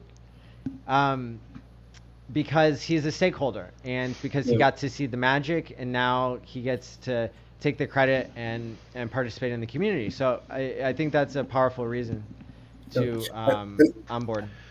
Another thing here that I like, which is amazing, again, is for people to be able to visualize how to maintain and increase your wealth, right? Hexagon, I always say, it's not about making money, it's about building wealth. With this, is going to help you visualize the same way, Wells have those great charts to help you visualize that this thing is actually constantly moving. It's kind of how I teach you about exponential is happening, but you don't see it until when the price gets to a certain point, and now it's going to look like it's accelerating every day. This is the reason why also, Galaxy Brain level, it's not just you doing a 5-5-5-5 stakes, but because true accumulation never ends, now you start to do a rolling staking ladder 15 years, right? Like I said, my target heart's like, I'm just going to do 15-year stakes, every 6 months and just gap it like that. Once you look at the math with the T-share year, you realize that actually my graph is upside down, Maddie. It's actually going up because I'm holding them for longer and longer. Not only I'm adding, I'm getting the bonus, but I'm holding them for longer. So my goal is by the time something expires, another thing replaces that plus longer. So my T-share rate over time, T-share count, using your words here, actually increases it. Because on my dream account, staking average is like 13 years and it's trending up. The reason why it's able to trend up, it's because T-share years, right? Although more days are going by, I'm trending up because I'm always pushing to the upside because I understand that in my brain. So having a graph like that is going to make people understand what they have, because also share rate is going to go up. Those who think that, oh yeah, don't worry about it, I'm just going to restake and da-da-da. Like, no, first of all, once you take profit and you do the principal, if you don't plan ahead of then, what's going to happen is the share rate is going to go up so high that you're just going to get diluted. So your T-share count will go down. So something like this, just to help people visualize, it's going to be great to get to see that. So it's awesome. And there are people out there deciding like how much of their Hex wealth they want to just like sacrifice on like increasing their lifestyle and buying fancy cars and stuff like that. And like, part of the decision, it's a delayed discounting task. You're deciding how much to consume now versus how much to save into the future. And if all of your friends and beloved Hexicans are like, thinking about ways to encourage themselves to save and do better at this behavior, to practice and be good stewards of the wealth. And so if we have a justification for restaking more and living, not a 1500x lifestyle from the lifestyle we were living before, maybe a 1x or a 2x or something, right? Like that could be another powerful thing to help people stay grounded with their mental health, right? And to say like, okay, I know that I'm paying myself in the future for so many years, but like I can keep putting that wealth into the future instead of stressing myself out with trying to decide how to spend it now or by missing something. Because a lot of people are going to miss their ability to maintain their T-share years because they're going to look back and say, oh, I spent my T-share years foolishly. And they're not just talking about their younger years, right? Yeah, it's like when you think that you're going to be young forever, and then one thing you realize, when a life event happens, you realize how fragile life is, and you should be living the fullest, respectfully, but just having some fun. Maddie, quickly, I want to answer a question in the chat. It's important.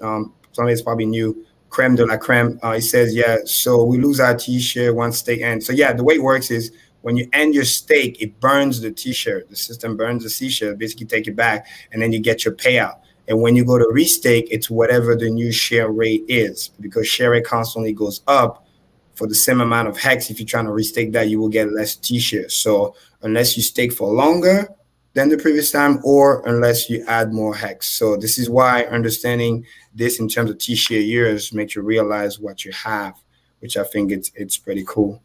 And yeah, you guys are funny in the chat, man. Somebody says wet dream.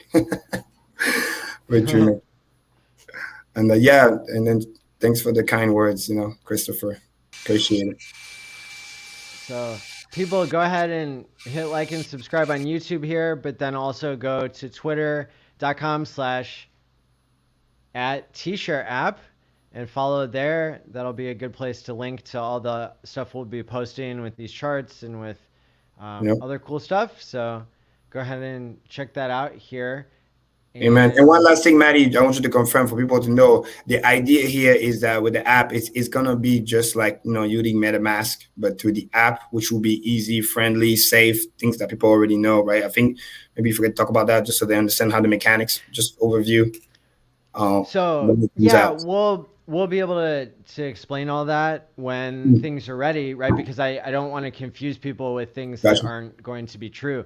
But yes, we know that this is something that is going to be very secure, and because really what we're talking about is very similar to go.hex.com, right? It's a front end for Hex, and so that's something that's gonna use the security of MetaMask.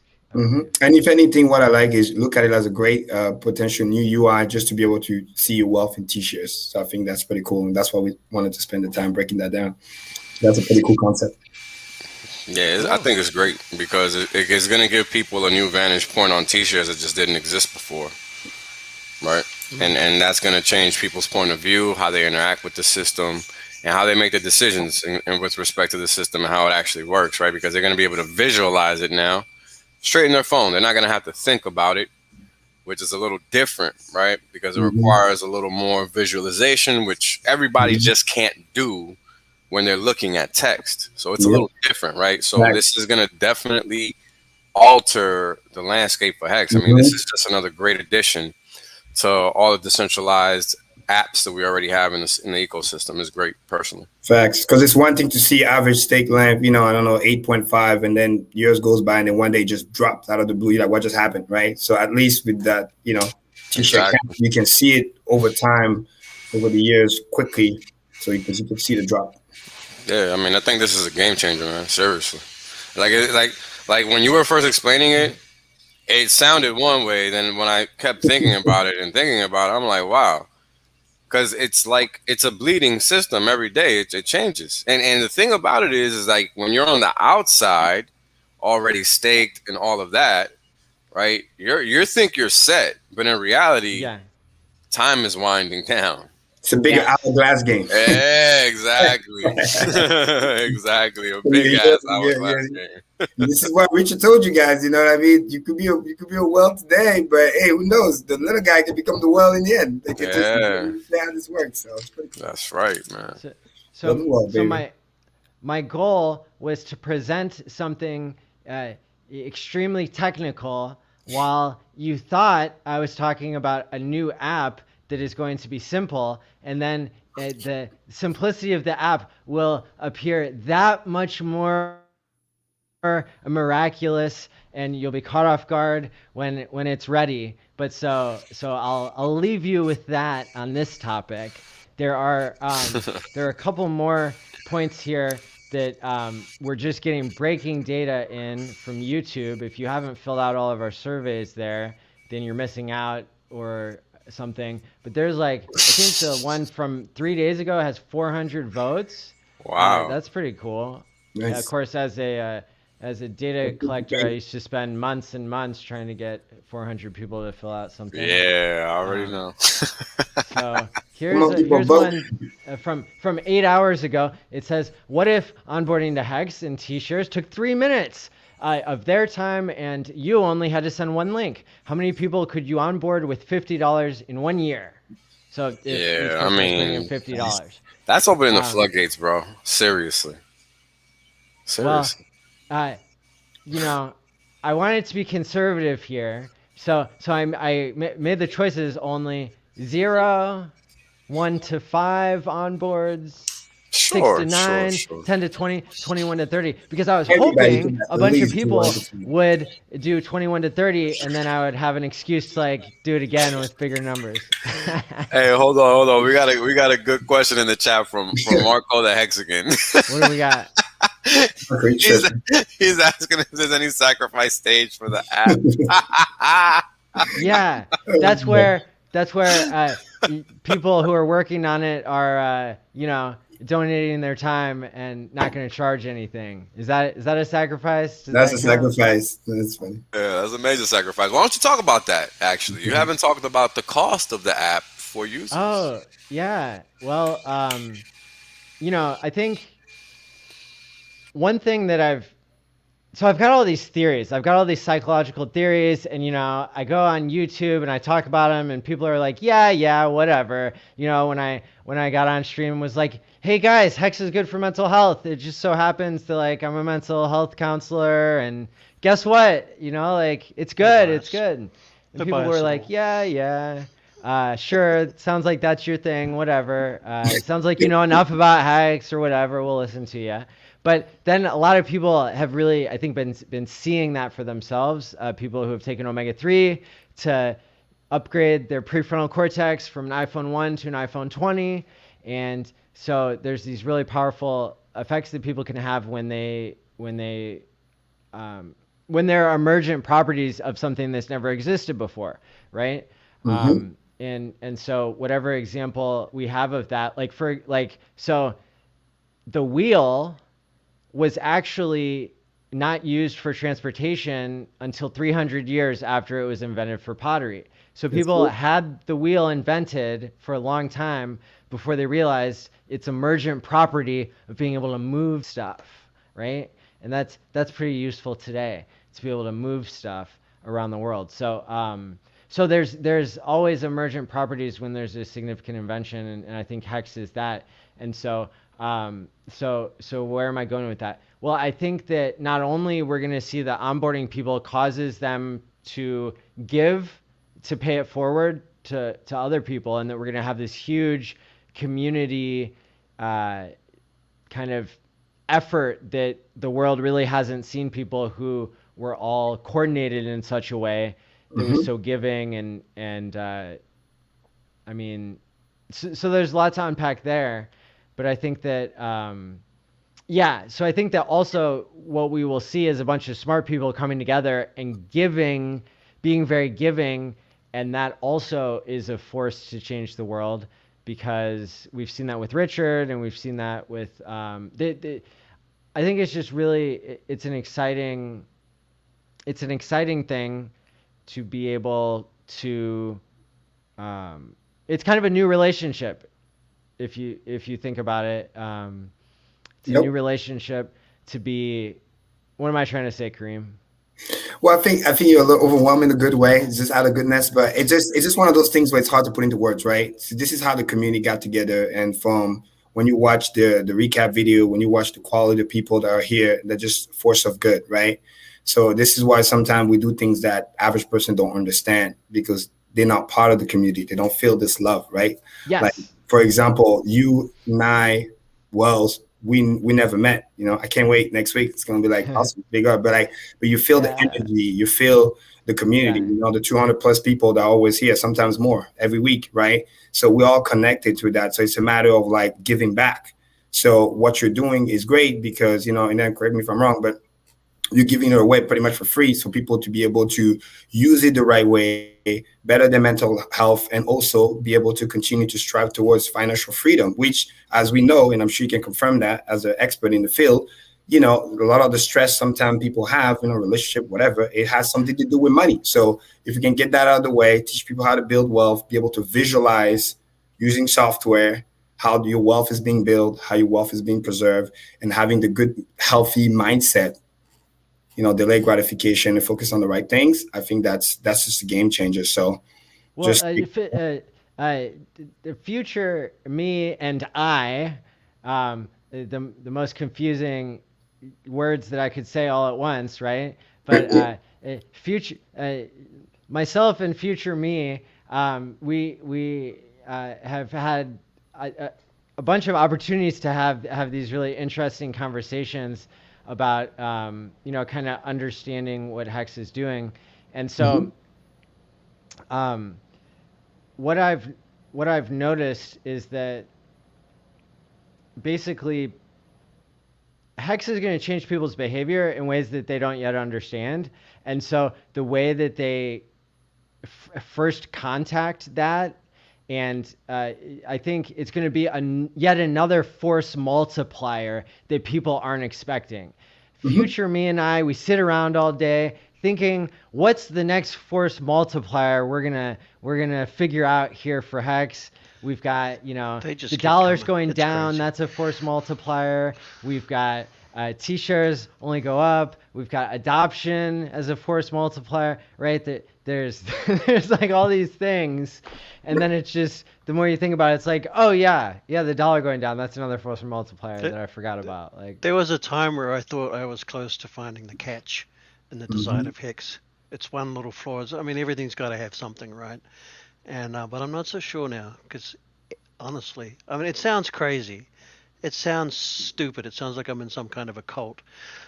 But the more you look, honestly, I'm having a lot of trouble trying to figure out a way that this thing isn't going to keep trending up and to the right. Like, seriously, not just joking around. Yeah, it's really hard to find. The funny thing is, you will, and we'll have to talk about it, because it's literally mathematically designed to do that, but also when it has the community and the energy that we're talking about, all we're doing is just accelerating. Yeah, exactly. It's called fodder for the cannon. Shit's just going to go boom. So when people can see what we're building, I hope sometime very, very soon, and then experience through someone else's eyes how onboarding somebody with just $50 in under 3 minutes, like what will happen to that person is that Hex will change their life. It's only a matter of time. And but there's going to be a big difference between people who get in and people who don't, because it's different to just hear about something rather than to actually contact with success yourself. When that person, go ahead. I can share a sort of a testimony by proxy. My sister was onboarded yesterday, finally. Nice. And, yeah, thanks. So she hasn't got a lot of money, but the APYs and percentages and things still show up the same. Doesn't matter how much money you put in. There's enough meat on the bone for everybody. Yeah. Mm-hmm. So I asked her before I set her up with MetaMask. I said, "What do you want to get out of this?" And more importantly, because I'm your brother and I always over-explain the hell out of everything. How much do you want to know? And she said, honestly, nothing. And if I can quote her, she said, "I'm just a lazy bitch who wants to put my money somewhere and forget about it." I said, okay, that's where you're at. That's cool. So we onboarded her and everything, and she got a small amount of T-shares and everything. And I spoke to her this morning. I said, "So any questions or anything?" She's like, "Man, this thing's amazing." I said, "What do you mean?" She's, "Oh, I'm watching all these videos. I've been all there on X.com." That's right. You can't fight it. You can't fight it, man. And this is what I say all the time. If you focus on giving more than what people expect, right? More value than what they pay for, it's this thing in life called reciprocity. Do you realize that, wow, I did this, I invest my money, not only I'm getting a return, but I'm getting this amazing community, amazing content, like-minded people, and I'm learning so much more to the point where you feel compelled to, like, wow, I need to find a way to give back. And again, that's why we're here, and that's why we found each other, and that's why we find new ways. That's why Whales come up with new charts. Just, it's essentially the same code, but just how the different way to break it down. It's like reading a book multiple times, or like for those who are religious, the Bible, and then every time you do a read, you just figure something new. You just get a different angle of the same thing, and then the meaning gets deeper and deeper. And by the way, Hexican promotion is still live, going on. Like, anybody let's onboard people. Let's keep pushing, right? No excuse, whatever it takes. You need somebody to get turned on, let me know. Let's get them going. Let's get them pushing. And then especially when Matty has his thing coming out, same thing too.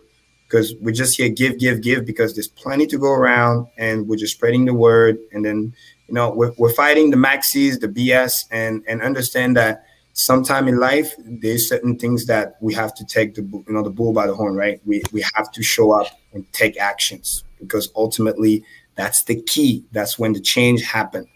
Because it's like watching a lot of motivational videos. Everything's great, but if you don't take actions, right, nothing happens. You can hear about Hex, how great it is, this and that, but if you don't take action, right, if you don't stake, if you don't bring your family in and do all this other stuff, they're gonna miss out the game.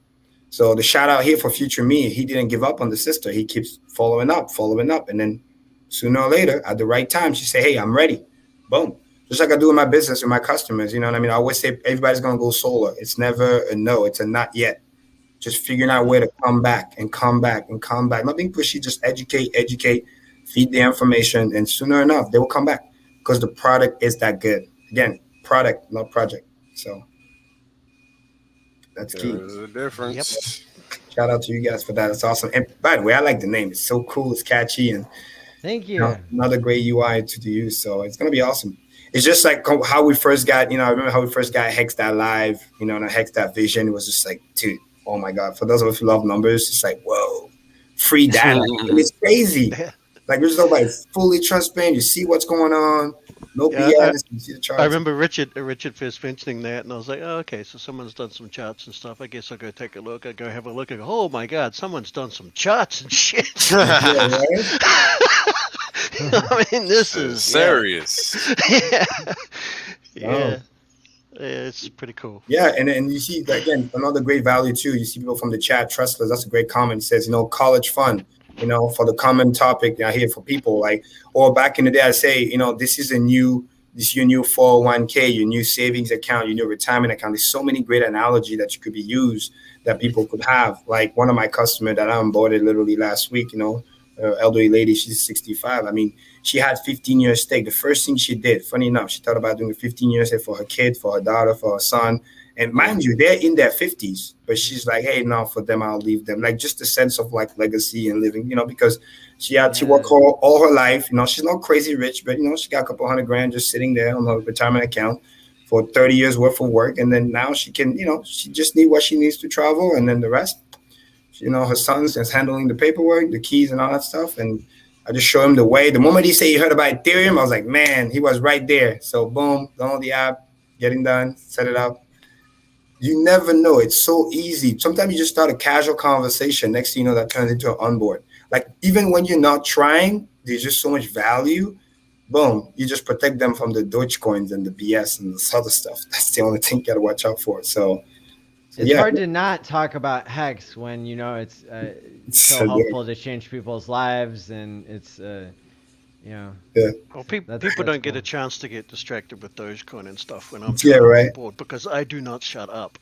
It's like, there's no bandwidth for all this other crap, and this is not a good thing. I'm kind of larking around, but that's the whole point, right? I mean, trying to keep it simple and not just go on and on and on about all the amazingness of it.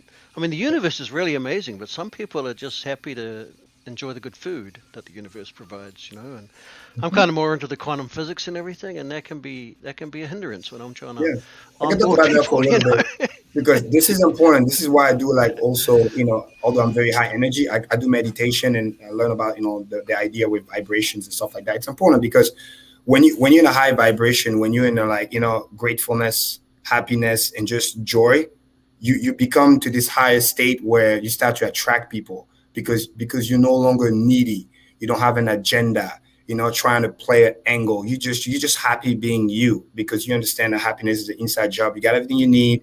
You got what I call, you fuck your money so you can do all the things that you want to do and help out. And then people can see that and be like, wow, I want some of that, because they can sense that. It's at an energy level. And I think with Hex, it brings that. That's why it's different compared to the rest of the crypto. There's no play. There's no game. There's no come here, let me trick you, pump and dump, this, that. No, I'm getting paid regardless. Every day, 8 p.m. Eastern Standard. You want to come to the fund? Great. You don't, that's fine. But I'm always going to show that. And that's what Hexicans are able to do. Obviously, we protect ourselves when we hear BS. But our vibration is different because we're not needy. We're not desperate. We're here to teach. We're here to educate. We're here to bring people on board, share the love, the knowledge. And that's really the key. And that's why I'm excited also for Vegas, meeting some of the people face to face. And Matty, that'll be a good transition for you to do that update, because that'll be sick. And I want to read this funny comment in the chat, man. Piston Broke 5555, you're funny. I sure hope everyone gets a Karim scarf in the welcome back. Maddie, you heard that? You might need to add that to the package. Yeah, we'll have to see what we that can one do. Killed me. That was super funny. That's funny. Remember, Hexagon, this is my lucky scarf. This is my mom's scarf, you know, getting before I go. So, yeah, everywhere I go, it's like karma almost. So protected. You know, we got to get I love scarves. A whole line of merchandise. You know, we've got Karim scarf, look-alike. We've got Richard's $2,000 shirt of the Monopoly man being a skeleton or something, right? Like, there's like, you give me a nice scarf, I might give you a t-shirt. There you go. Sandy wants to know, is future me wearing one of Papa B's shirts? Well, I could tell you, but you wouldn't believe me anyway, so. Yeah. So I got a little tangent to go on here, just real quick. I was just informed that all of a sudden, New York is open all the way. Oh, really? Wow. Yeah. Finally, shit. Go Congratulations. fucking figure. Hey, they dumped the market, they printed the money, the excuse is gone. It's summertime. What are you talking about? They're gonna go down. So hey, come on in. You need your money back now. Gotta recoup the losses somehow. All right, I just wanted to bring that up. I just wanted people to know. Carry on. Then Guys. you're gonna go out. You're gonna be summertime, and then they're gonna dump the market while you're not paying attention, and they're gonna tell you there's high inflation. Get ready. It's gonna be a funny summer. It's gonna be a wild summer, that's for sure. So but we're gonna be chilling, doing our thing. So this is gonna be awesome for that. So. Oh, it's gonna be good for Hexicans. Not so much for everybody else, but that's how it goes. It's just so resilient. And then after Vegas, I might come through, visit. You know, it's only 3 hours. You know. It's not far at all. So, hey, Maddie, why don't you people are going to Vegas, the first Hex Mass meetup. If you don't have a ticket, then you better go in before I turn them off, because I'm not gonna spend the whole conference like making T-shirts at some like overnight T-shirt place. Really though? Aren't you really? I'm just gonna really. You know. You gotta turn that switch off. Yeah. You gotta pull that lever. You can mint your own T-shirt. You know. This is what it looks like. It's pretty awesome. It's a throwback. Wait. Stay. Screenshot. Hang on. Yes. And I think there's something in the back too, right, Maddie? What? There's something in the back too, no? Was that a QR code? Yeah. It's for onboarding. Yeah. There you go.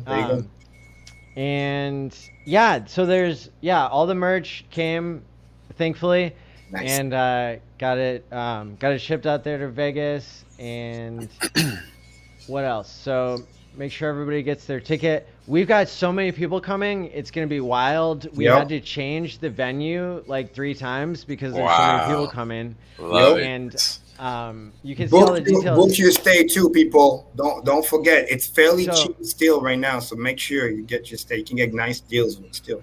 So what people need to understand is that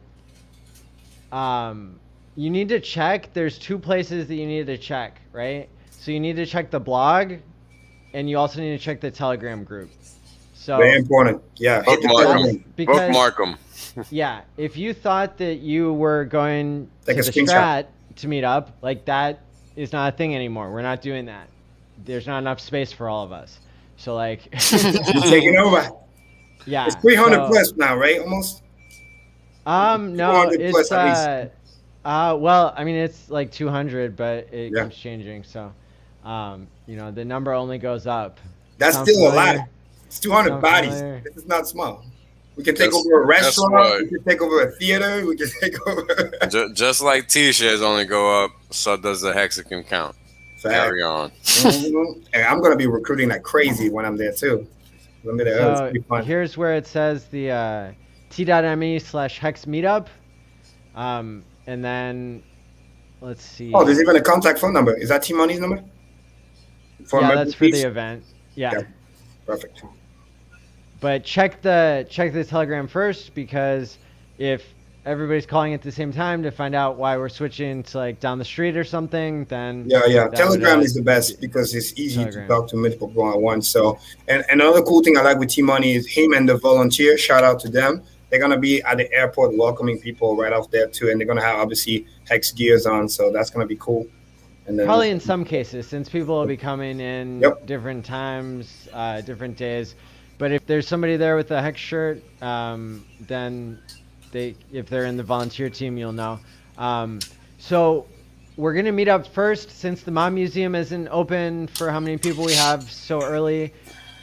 We are going to meet at Dick's on Fremont Street, which is associated with next door, the Cat's Meow Karaoke. Shout out to Ski Cat. We will be starting and ending the conference meetup there. And every day there will be a 5 p.m. Cheers to Hex, because that's the local time that we get paid. That's the one thing we can count on, right? Yeah. Other than Kareem's sick dance moves. Oh man, I don't want to FOMO people that are not gonna make it, but it's gonna be fun. It's gonna be fun. If you can make it, man, it's gonna be great. Ladies, it's gonna be fun. This is the address. You're gonna see the other side of Kareem when it's time to have fun. Like, that's right. So fun. It's gonna be live. It's gonna be great. And so this is where you will pick up your shirt and badge. Code word is T-Cat. I like that. Yo, that's for the next event. Since Monday. So we are meeting at the Mod Museum after that. Oh, it shouldn't say 5 p.m. Cheers to Hex there, because that's starting 7 to 10 p.m. at the Underground Speakeasy at the Mod Museum. You have to know the code word and go in the secret entrance, so we will help you with that. And that's the main change that everybody needs to understand, because that's the day most people are getting there. Yes. And that changed, right? So where you're picking up stuff is no longer, it's not being shipped to you unless you made special arrangements. It's not going to be at the hotel you're staying at. It's going to be at this central location. And then no worries if you're waiting until Friday or Saturday to show up. Then you'll go contact the volunteer group, and the volunteer group will have your bag with your stuff in it at all the events. So. And also, Maddie, if I may, very important too, couple best practices, which is cool. Hexagon, please listen up. It's important. This is a matter of security as well. So ideally for events like this, because I mean, it's like you want to come in as early as you can, get your bag, get your stuff set up, secure all your important belongings. It's very important. Okay. There is this news that happened last week. I don't know if you guys heard. Floyd Mayweather, which is in Vegas, got robbed. So, you know what I mean? Be very, very careful. I want all of us to have the best time of our life, have a great vibe.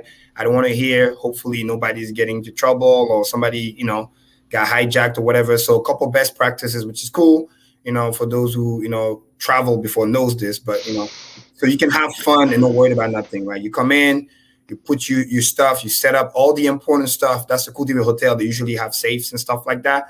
But make sure you get all those things out of the way. Don't bring your key with you, right? You know what I'm saying? Don't do that. But all the important stuff that you're bringing with you, keep that safe, make it cool. And then when you're out there, the cool thing about the strip is most of everything is walking distance.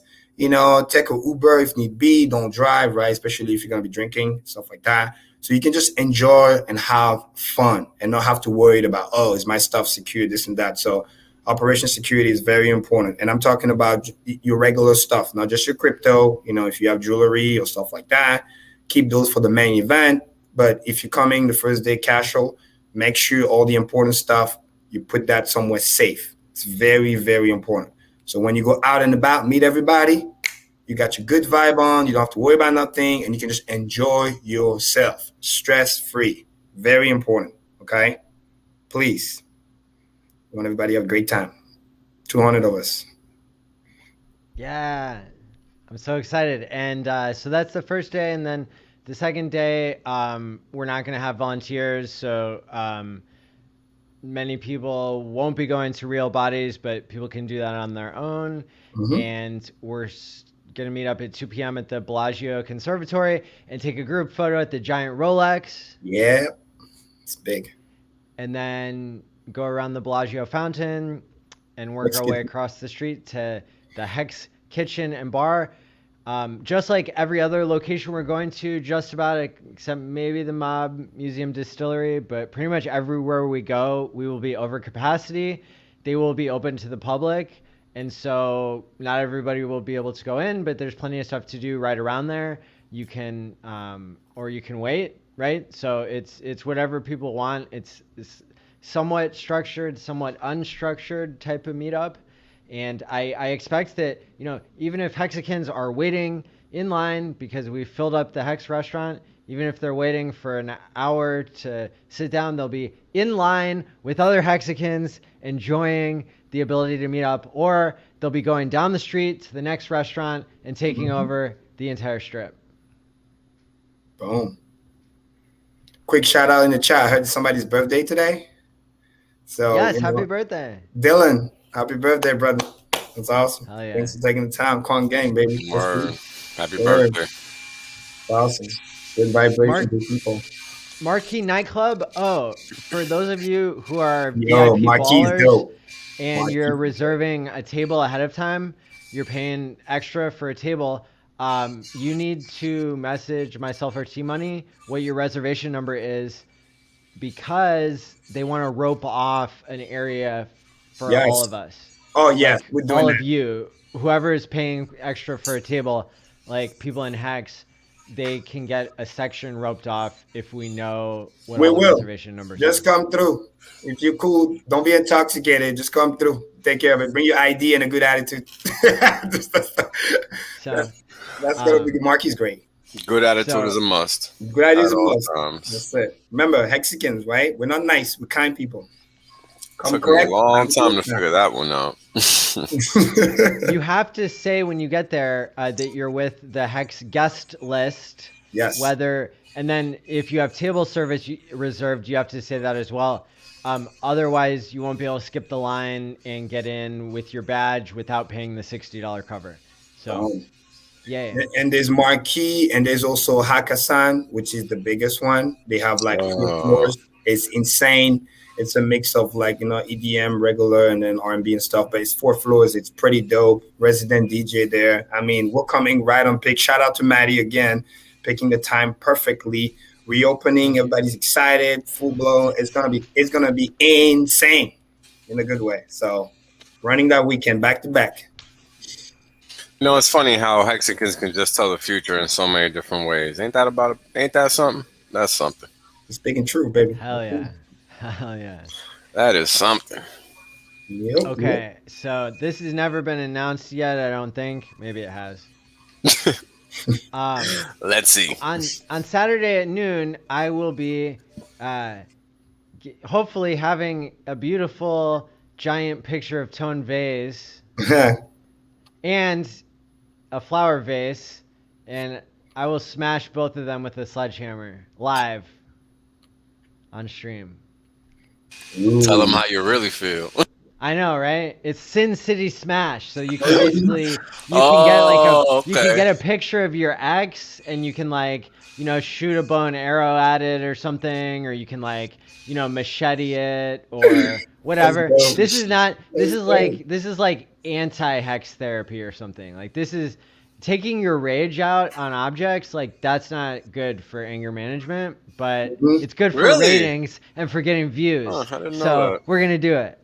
Stress releaser. Just kidding. That's right. That's awesome. I've never done this one. I've shot guns at Battlefield Vegas and stuff, so I'm excited. I've never been to a rage room before. People say I'm so nice and never angry, but I guess we'll see once I'm in the rage room, right? Everybody has something they're upset about. Yes, sir. Oh man, funny comment in the chat. Maddie, the code word ski cat that you had, so funny. Yes. And then Marco said that's a good name for a strip club. Yeah, he's all right. I wouldn't be surprised. And yeah, Marco, you're absolutely right. In the Dream account, minimum stakes 10 years, 10 plus. Average right now is 13 years. So again, building wealth. I'm gonna need you to step that up, brother. Mine's is 14.7. I'm gonna need you to step that up. I will. Trust me. I got an announcement coming, so it's gonna be good. Right on cue. I'm very close to a milestone. I'm excited about it. But yeah, this is the way, man. This is the way. And then now it's just 555 in a row, which is pretty cool. So I think we don't know certain things in the system. So Hex 19, thank you for the $4.99 super chat. You're asking after 10 years, why can't you restake for 15 years and be ahead after the next 5 years? It's since the price of the T-share is unknown in the future, even in Hex terms, I don't think that can be answered. But it's but no, I can answer that. The way that we presented the T-share years does allow people to keep track of how time is passing on the T-share count that they started with. Yeah. And Hex 19, this is the idea what I explained, which is called T-share preservation. Because the thing is, let's say when you got in and you did that 10-year stake, it's just an example. Let's say it was 17,000 hex per T-shirt. That's just an example. Okay. When you go into that 10 years and when the 10 year is done, when you go to restake, it's going to be whatever the share rate is in hex term, which only goes up. So let's say hypothetically, that's just an example. 10 years from now, share rate is maybe 20,000 or 21,000, just an example, right? It could be way more, obviously, especially with pulse chain, with acceleration. But let's just say it's 21,000. So when you go to restake for that extra, 5 years or 15 years, you're getting that worse share rate because when your stake ended, your T-share got burned, you got paid your payout and your interest. So when you go to restake, you're getting the new worse rate. And this is why it's important versus the person that way back when, 10 years prior, staked for 15 years, he's staying in the system. And during that extra 5 years, he's still getting that old share rate that no longer exists. This is also why back in the day, we have the term Genesis T-shares, before big payday, because those are the ones that last the longest, that pay at the highest APY. So you need to understand the real value of longer pays better. It's not just 10 years, it's 15 years because of the preservation. Because as we get more and more adoption, and because I know how the Whales thinks, they're going to keep pushing that share rate by having those, bi-weekly or monthly stakes just to push the share rate up. So you want to be able to protect and build that wealth. Because let me remind everybody, a T-share started at 60 cents and it's on its way to 2,000 right now.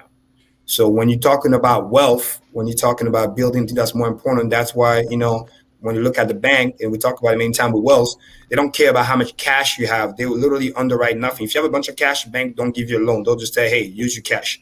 But when you tell them, hey, I have collaterals, I have land, I have a house, buildings, aka in crypto T-shares, that's more valuable because those are the money printers.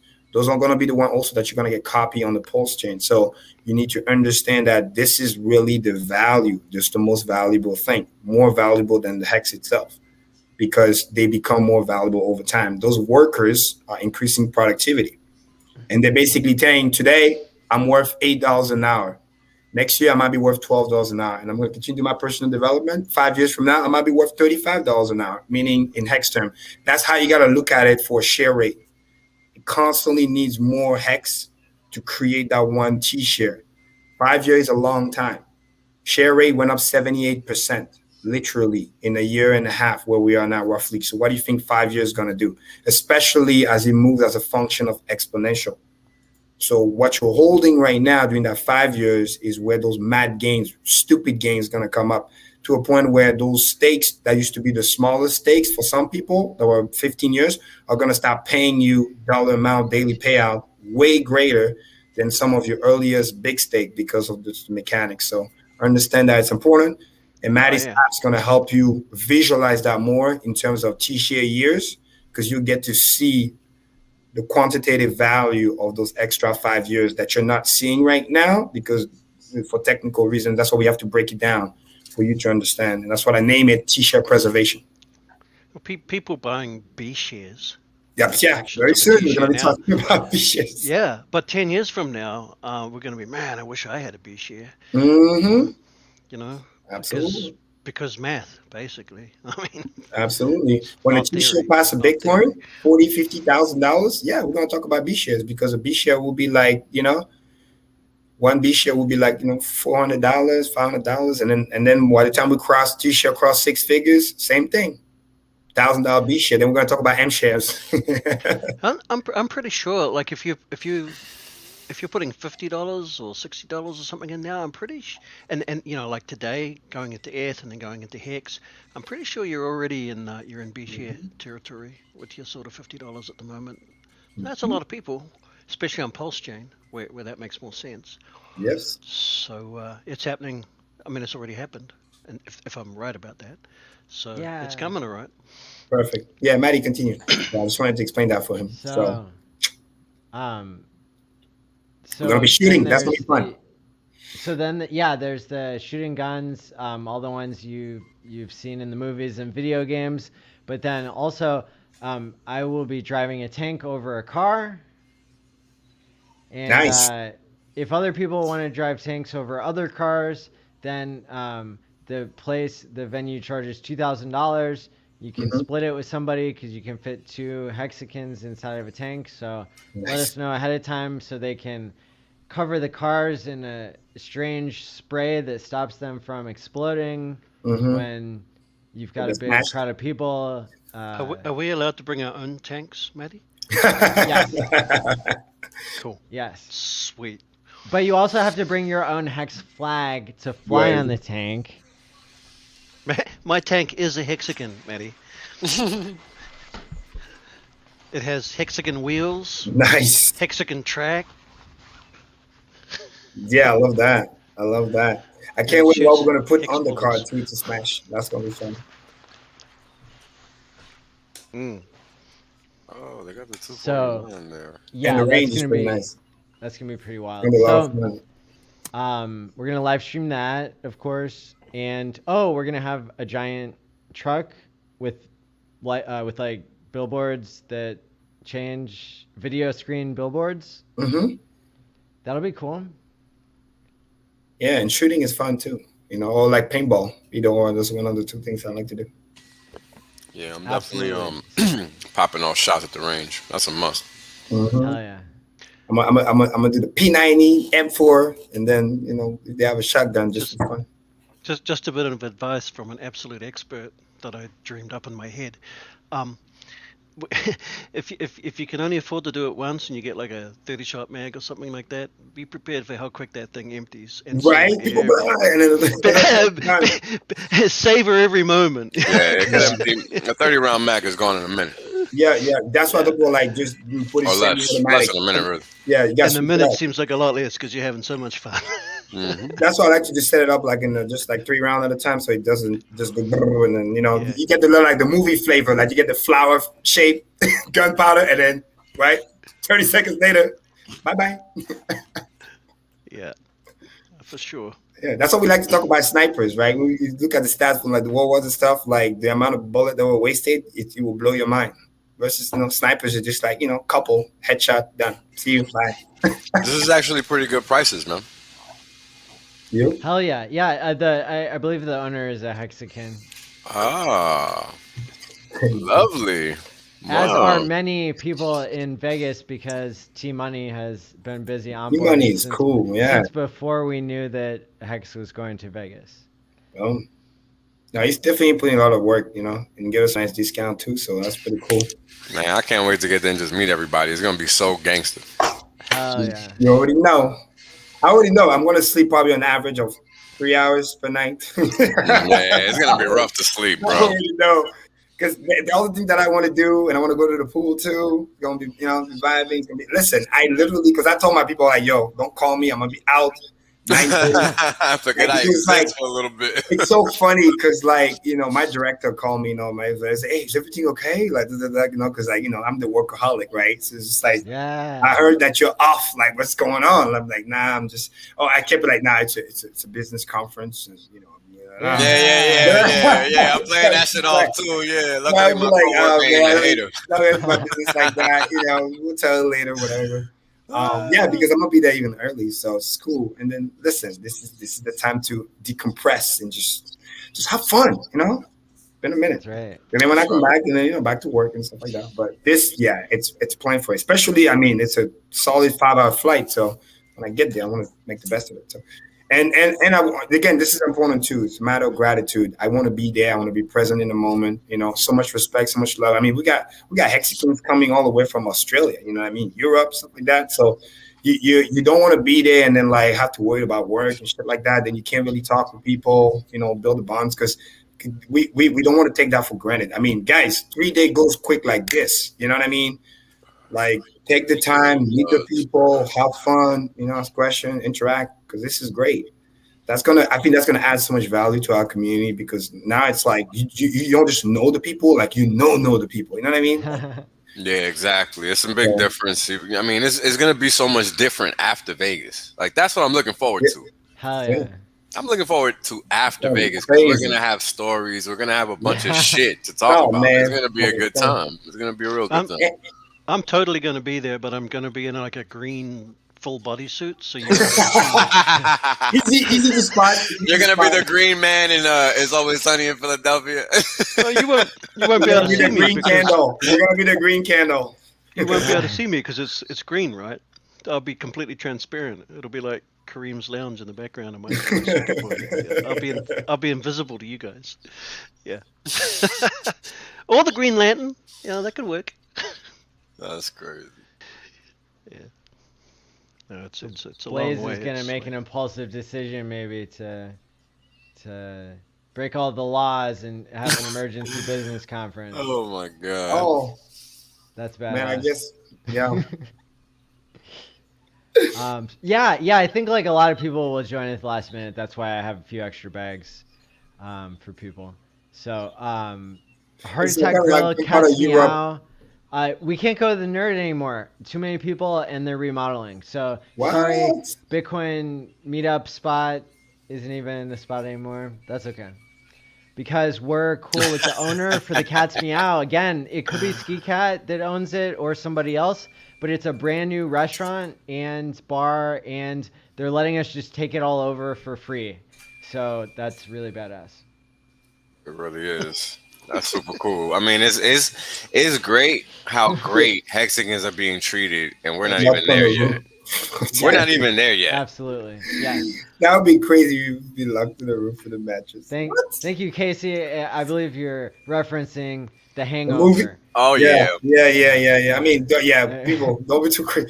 This would be good to also like walk around in groups so nobody get lost or whatever. So, because that's important too. That'd be funny. Yeah. But I think the street area is usually fairly safe. It's just when you go like to certain areas, you just gotta be careful. Yeah, and we're gonna travel probably in groups and be safe and not lose all of our private keys and all that good kind of stuff, right? And have an awesome time. Remember that if you spent $15 on a hand of blackjack, you could have been buying Bitcoin at a penny. Each hand would have cost you millions of dollars, right? So I'm just saying. What? Oh, wait, no. This is $90 million per hand. So wow. Don't do that. You can come play blackjack with me, virtual cam, if you want. And I'll even raise the table limit above so you can get a little more than 19% of your money back. You're welcome. Yeah. But yeah, so there's like notes in there about safety and health and gambling, but overall it's just gonna be a good time and a networking event more than anything. That's the key, honestly. That's what I'm looking forward to, and again, I wish as many people can come, and hopefully, restrictions are not. So that alone is gonna be great. And Maddie, we're gonna be doing it again, because I think it's gonna be a success, and then we can make it a yearly event like we plan. Oh yeah, this is just the warm up. This is just the warm up. And then we 10x. And then hold on, man. Like, think about the second one. And the second one, the price is not even gonna be in a cents. Yes. Some people need to understand. The second one, motherfuckers might be flying out there in private jets. Dead ass. Like, understand what's coming. This shit is not a joke. I keep trying to tell people, man. I keep trying to tell people. I keep thinking it's a joke. Y'all gonna learn. And it's a great experience too if you've never been to Vegas. You know what I mean? Again, mine is to gambling. Be careful with that. It's very tempting. Seriously, like this is the worst. You go there, you get tricked, and then you're like, it's like margin trading. Then you lose all your money, and then you got no more money. You can't hang out, and then it's just sad. And then you just stay in your room until you fly back. Like no, like don't do that. If you're gonna gamble, set aside whatever budget. I don't recommend it, but if you gotta, get your fix, whatever. Set that separate. So if the money's gone, it's gone. If you win, shit, you have more money to go and have fun. But may be very restrictive with that because it's everywhere. The moment you land at the airport, you already see the slot machine. Damn, hardcore. Yeah, before you even get to the strip, Maddie can tell you. It's already. You know what? I've heard this before. Yeah. I've heard this before. They get you quick right in there. Like that's when you land. It's like, oh, come on. I mean, I play some poker and shit, but I'm not playing no slots, bro. You just throwing money away. Get out of here. Even the thing with the poker, because again, we're there for a majority is there for 3 days, whatever. Poker sometimes if you're winning, I mean, you can be there for hours. It depends. It depends. It depends the table, the kind of game you're playing, and how the table is going, and all that. If anything, if I used to go just for lady luck, whatever, throw a few hundred just for fun. I will either do blackjack or I'll do roulette. The only reason to that is because I literally don't care. I just go in there, see, is Lady Luck with me or not? I literally that's the thing, right? Those games, you can have a strategy, but one time, I kid you not, I made $600 in 10 minutes. I literally just get there. I put $200. The roulette spin, won, double that again. I took the first 200, right? Then I put another 200. And then I win 2 in a row. I said, that's it. Cash me out. The guy was like, "Oh wow, you're leaving already?" Yeah, I'm leaving when I'm ahead. Exactly. And then literally, I took the 600. I went with my friend, and then we just put it on the table, and then we just had fun, and then we just party all night. Thank you for the 3x or the 2x or whatever. Yeah, the money stayed in Vegas, but we had fun. And the best part, 10 minutes of work, right? Same thing with the blackjack. I like when it's sometimes just me and the dealer because sometimes there's a bunch of people and they get all the nice cards that can mess up the thing. So, but my mindset was you win or you lose. That's it. I'm not doing the waste time 25. No, 200. You win or you lose, because sometimes you put the 200 and it's gone. So all right, cool. I get out my system, and then let's go. Sometimes that happens. Yeah, sometimes on the roulette wheel. Sometimes when you put $200 down, it's just gone. Sometimes. It's just gone. Lady luck. Yeah, sometimes. It happens. Yeah. It happens. But you see the beauty with me because I'm disciplined, right? I just so I don't have to think about it anymore. Oh, what if? Boom. The same way, some people they'll start with, I'm on the road, and then I have no friends. They went over to 1,000 plus, and then they lose it all, and then they went negative. I'm like, shoot, you gotta be kidding me, because that's how they get you, So, that's how I want to get you into is $50, whatever. You put it down. I'm not here to spend time. Let's see what and then boom, you get $600 and you just put 50 on the table, and then it keeps paying you forever. That's what's up. Not literally. I ain't giving those $600 away. So let me explain something, right? Because this is the thing people have to understand when it comes to games of odds, right? Rolling the dice. So this is the hardest thing traders have to come to terms with when they're learning to trade, because it's kind of the same thing.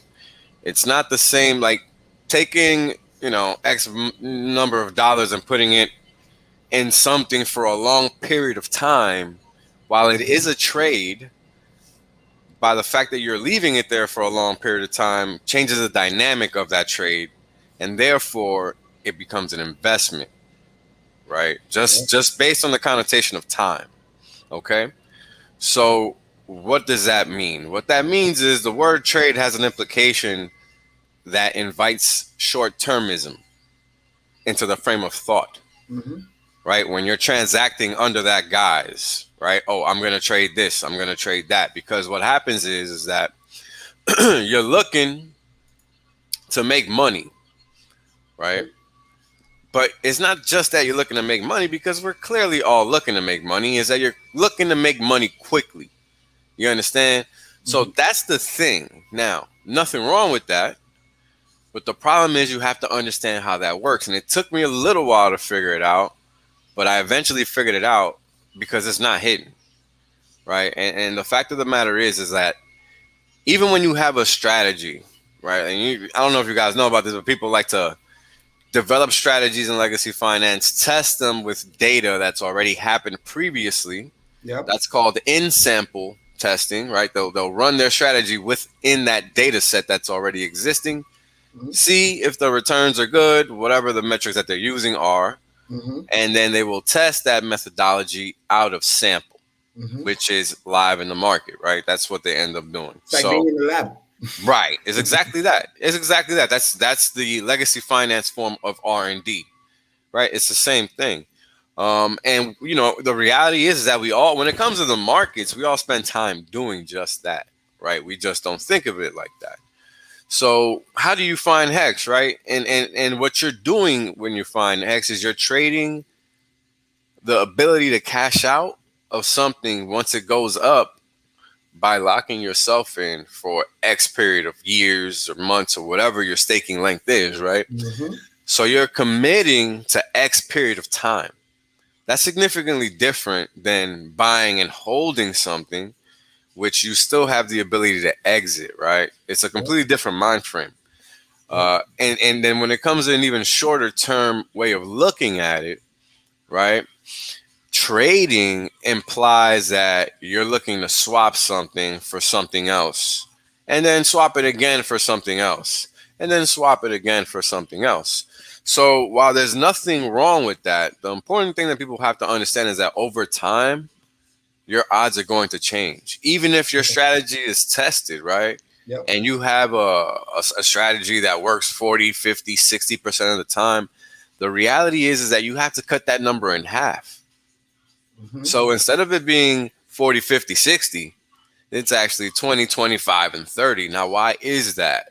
Because that's the thing that everybody misses. Because if they got that, they wouldn't even bother with doing a back test, because it's really all for naught when you think about it, because which back test is 90, 80%, right? That it makes it worthwhile, that it actually reduces the probability of the strategy working all the time to 40 to 50%, because that reduction that I'm giving you guys is based on it working all of the time, right? No strategy works all of the time, period. It just does not, because it's not possible to account for every potentiality every single day, right? Like, think about that, right? That little phrase right there is pretty mind-blowing, because you can't, right? Every day you're not going to be thinking about things the same way. Your whole mood, your vibe is going to be off, right? It's not going to always be consistent. So just based on that, it cannot be the same, which is funny because people think that they're always going to react in the same way and yada, yada, yada, but it's not the case, right? So when you find yourself in a situation like Vegas, where everything is short-termism, you have to understand one very critical thing. And I went through all of that because I had to, just to get to this point. There is a difference between an asymmetric bet and a symmetric bet. Okay? Now, what's the difference? You got Hex and then you got everything else. Hex is an asymmetric bet, but it's positively skewed. Yes. Because you have, that's right. Well, like, I know you're dying to say, go ahead, bro. Because I know this is good shit. Yeah, you know, this is good shit. Because it's important for people to understand, like, there's nothing wrong with taking risk, but taking the properly calculated risk is the key. That's it. You know what I'm saying? That's the key. Calculated risk, it's something that we call in math probability. So, it's in all the balance of probability, you want to look for the thing that's going to most likely win in most of the cases. Correct. And when you're in asymmetrical risk reward, the sooner you get in, the better it will be. And more importantly, the longer time frame you are, the better you will win. This is what, in simple terms, what Richard says, the only two people that make money in crypto are the funder, aka come early, because funder is the same thing to me as, quote unquote, early investor or early adopter, whatever you want to call it, on the S curve. And then the long-term holder, which are two keys, because you have to come fairly early, so to speak, and you have to stick for the ride. That's the whole point. So you get the masking, you get the whole adoption move. And we adjusted to Vegas, which is a word of wisdom.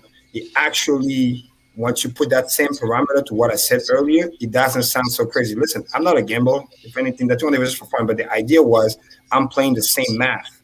I understand the house always wins, like somebody said in the chat, which means mathematically, the longer you stay at the table, the higher your probability of losing increase. It's just a fucking matter of time. So when I come in, I want to play the asymmetry, right? So when I come in, I'm like, boom, here's the 200, which is my budget, whatever. First bet. As crazy as it sounds, in balance of probability, I have a greater chance to win, especially if it's something like blackjack or roulette when I, it's red or black. And also I get my 48%, right? Because 48 red, 48 black, and then or 49, and then 2% on the zero, right? So I'm using that asymmetry because I know the longer I stay on the table, mathematically, my chances of losing increase, right? Because the house always wins. Same thing with poker. Same thing with if you play against the house. Same thing with either blackjack or roulette. So I'm making that bet. And ultimately, I know my time is more valuable, and I'm not here to gamble.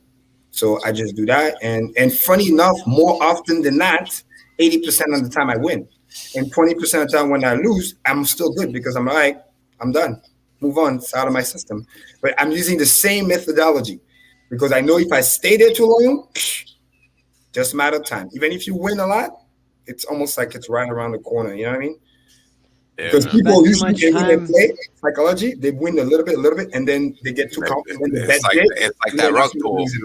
That's that rug pull, baby, and it happens. And it happens via your mental, right? Yeah. That's the crazy thing, and I've experienced it over and over and over because I traded for 10 plus fucking years. When he goes up like the stairs and he goes up the elevator. Look, I made money and I've lost money, and it's because you get so overconfident that you think you know what you're doing at all times, and that's when you get knocked the fuck out. That's just how it works, man. When you're not respecting your pocket, that's what happens. And I didn't respect my pocket for a long time. And that's why I'm an X now. Another trick, right? What do you think in Vegas when you start to gamble, you start to win? The waitress comes in. Oh, sir, here's some free drinks. Oh, they load you up. Yeah, I already know the deal on that one. That one I already know. They want you to stay there longer, and then by giving you the drinks, you get a little loosey-goosey, the bigger bet, you get confident, cocky, it gets you ahead. But the number one tool is they want you to stay there. You continue to win, which could happen, beginner's luck, whatever. Here's a free room. Like one of my friends win like a bunch of money. Literally, they'll to the bottom, extra stay, this and that, because they got to find a way to get that money back. And if you win like too much, right, they might just kind of like cut you out for the gambling, crazy luck, and then they'll try to give you like, hey, here's a free room, this and that, but then you don't understand that, you want bottle service and stuff. It comes with stipulations. Nothing is free. Ways so they can get some money back. Nothing is free, Understand what's being played. But once you know it's less weird, and then, just have a good time. But know what's going on. It's like being in the Matrix and being Neo. Like, what's happening? Like, well, the thing you got to know too, I think, with casinos is you're going into an entertainment zone. Actually, the casino is there to provide you a good time. Actually, and if you misinterpret that and you think the casino is actually there to help you get a quick win and make some money, then you just don't understand what's going on. Simple as that. They're an entertainment service. They wouldn't be. They're barely legal as it is in most countries, and if it weren't for the entertainment, I don't think they would be. Period. That's true. I never thought about that. That's a very good point. Yeah. That's a very good point. Online gambling is even worse. People lose even more money over that. You don't even hear about it. It's crazy. Yeah, because you're completely removed. You're detached. So if you go in there with house and shit. Yeah, if you go in there with that's right. If you go in there with $1,000 and say I'm here to buy $1,000 worth of entertainment, and you play it right, you can get a lot of entertainment. You get a lot of fun out of that. Yeah. You walk out with nothing, but you had a good time. You go in there with $1,000 trying to turn it into two. Yeah, not such a good time necessarily, you know. Exactly. And I'm glad you're saying that. Oh, am I on mute? Okay, sorry. No, you're still on mute. Try the button again. Just press it one more time. I think. Good. Move your mic closer, maybe. I don't know. Yeah. So, I mean, if you're going there to be entertained, you don't have to spend any money on gambling. Mm-hmm. You can just hang out with a bunch of Hexicans, right? Facts. You get a better value too.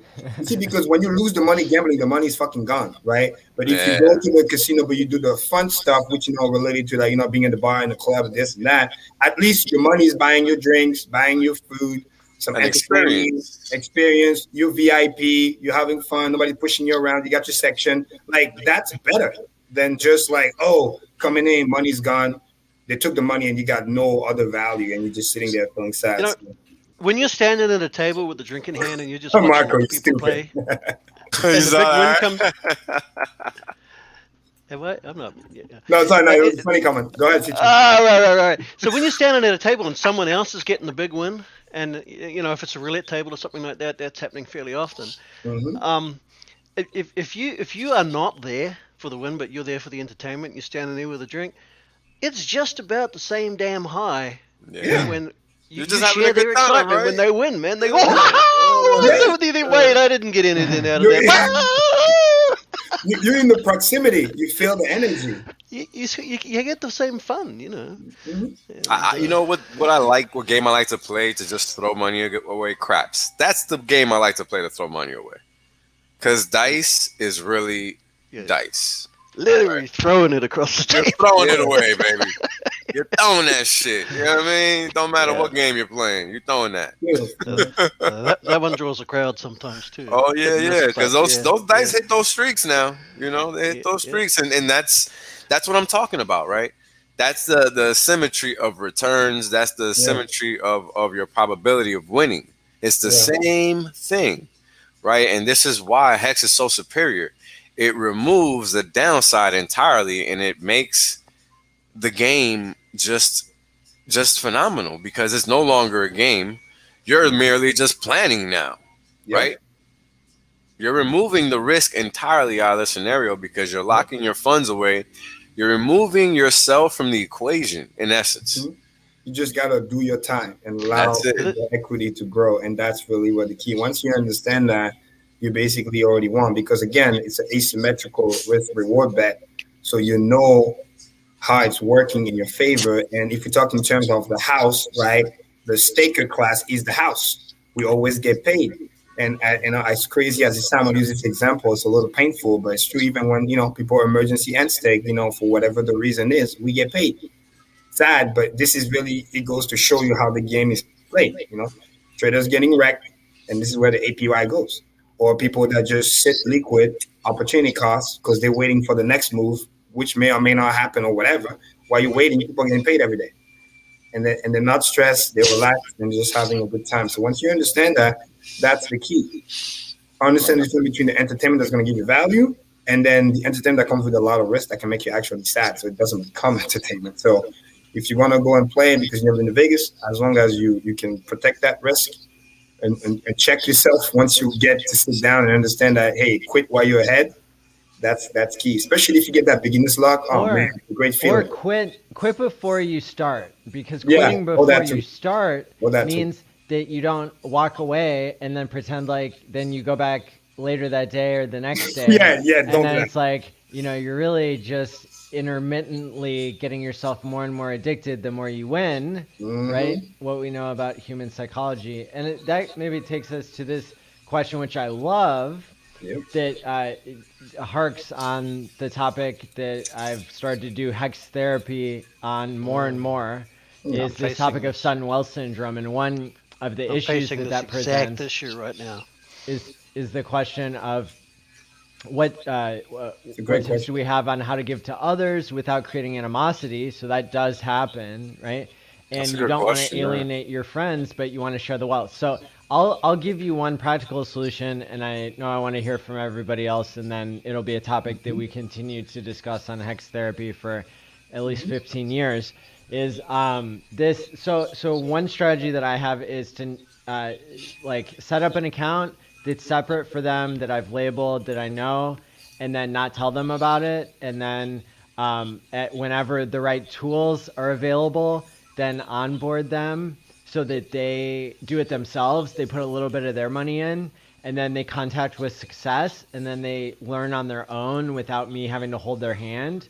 Because it's really important that I don't do the hand holding, and that it's not like it's just being given to them, but they're doing some work for it. And then at some point down the line, if I'm way ahead in the rat race from them because I just got in a little bit earlier, right, and they've been putting in their share or whatever, then then that's going to be a whole different situation to be able to share it with them later on. But I would also say the airdrops really help too. So check out my episodes I've done on airdrops where you can spend $10 or $15, $20 doing a MetaMask swap right now.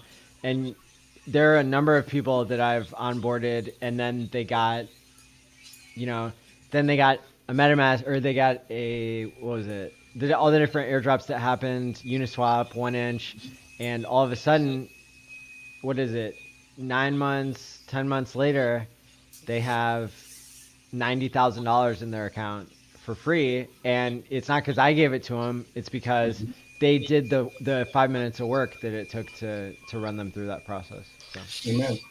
Another thing too, something I've learned through life that's served me quite well when giving. I have an uncle who he's very, very, very giving. He would just give anything. His free time, he's poor as a church mouse, but he's a good bloke. But he seems to fall into this habit of kind of expecting something in return. Could be tomorrow, could be next month, could be something else. Oh, well, the things I've done for you just when you least expect it, So from that, and God bless him, I love him, but I have learned that if I'm going to be giving, I need to tell the person that there's no damn strings attached at all. Yes. Blow it on the pokies, do whatever you want with it. And don't even tell them, I hope you use this money or this whatever to do this or do that. You just say, I've got this, I can give this. And because if you don't, you're not actually giving.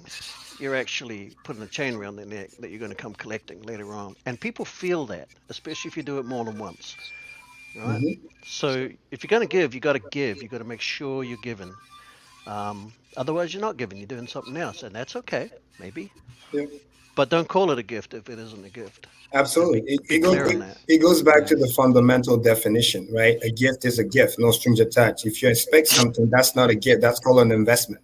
I'm here trying to figure out how to talk about this because I feel like that's so self-explanatory. It's crazy.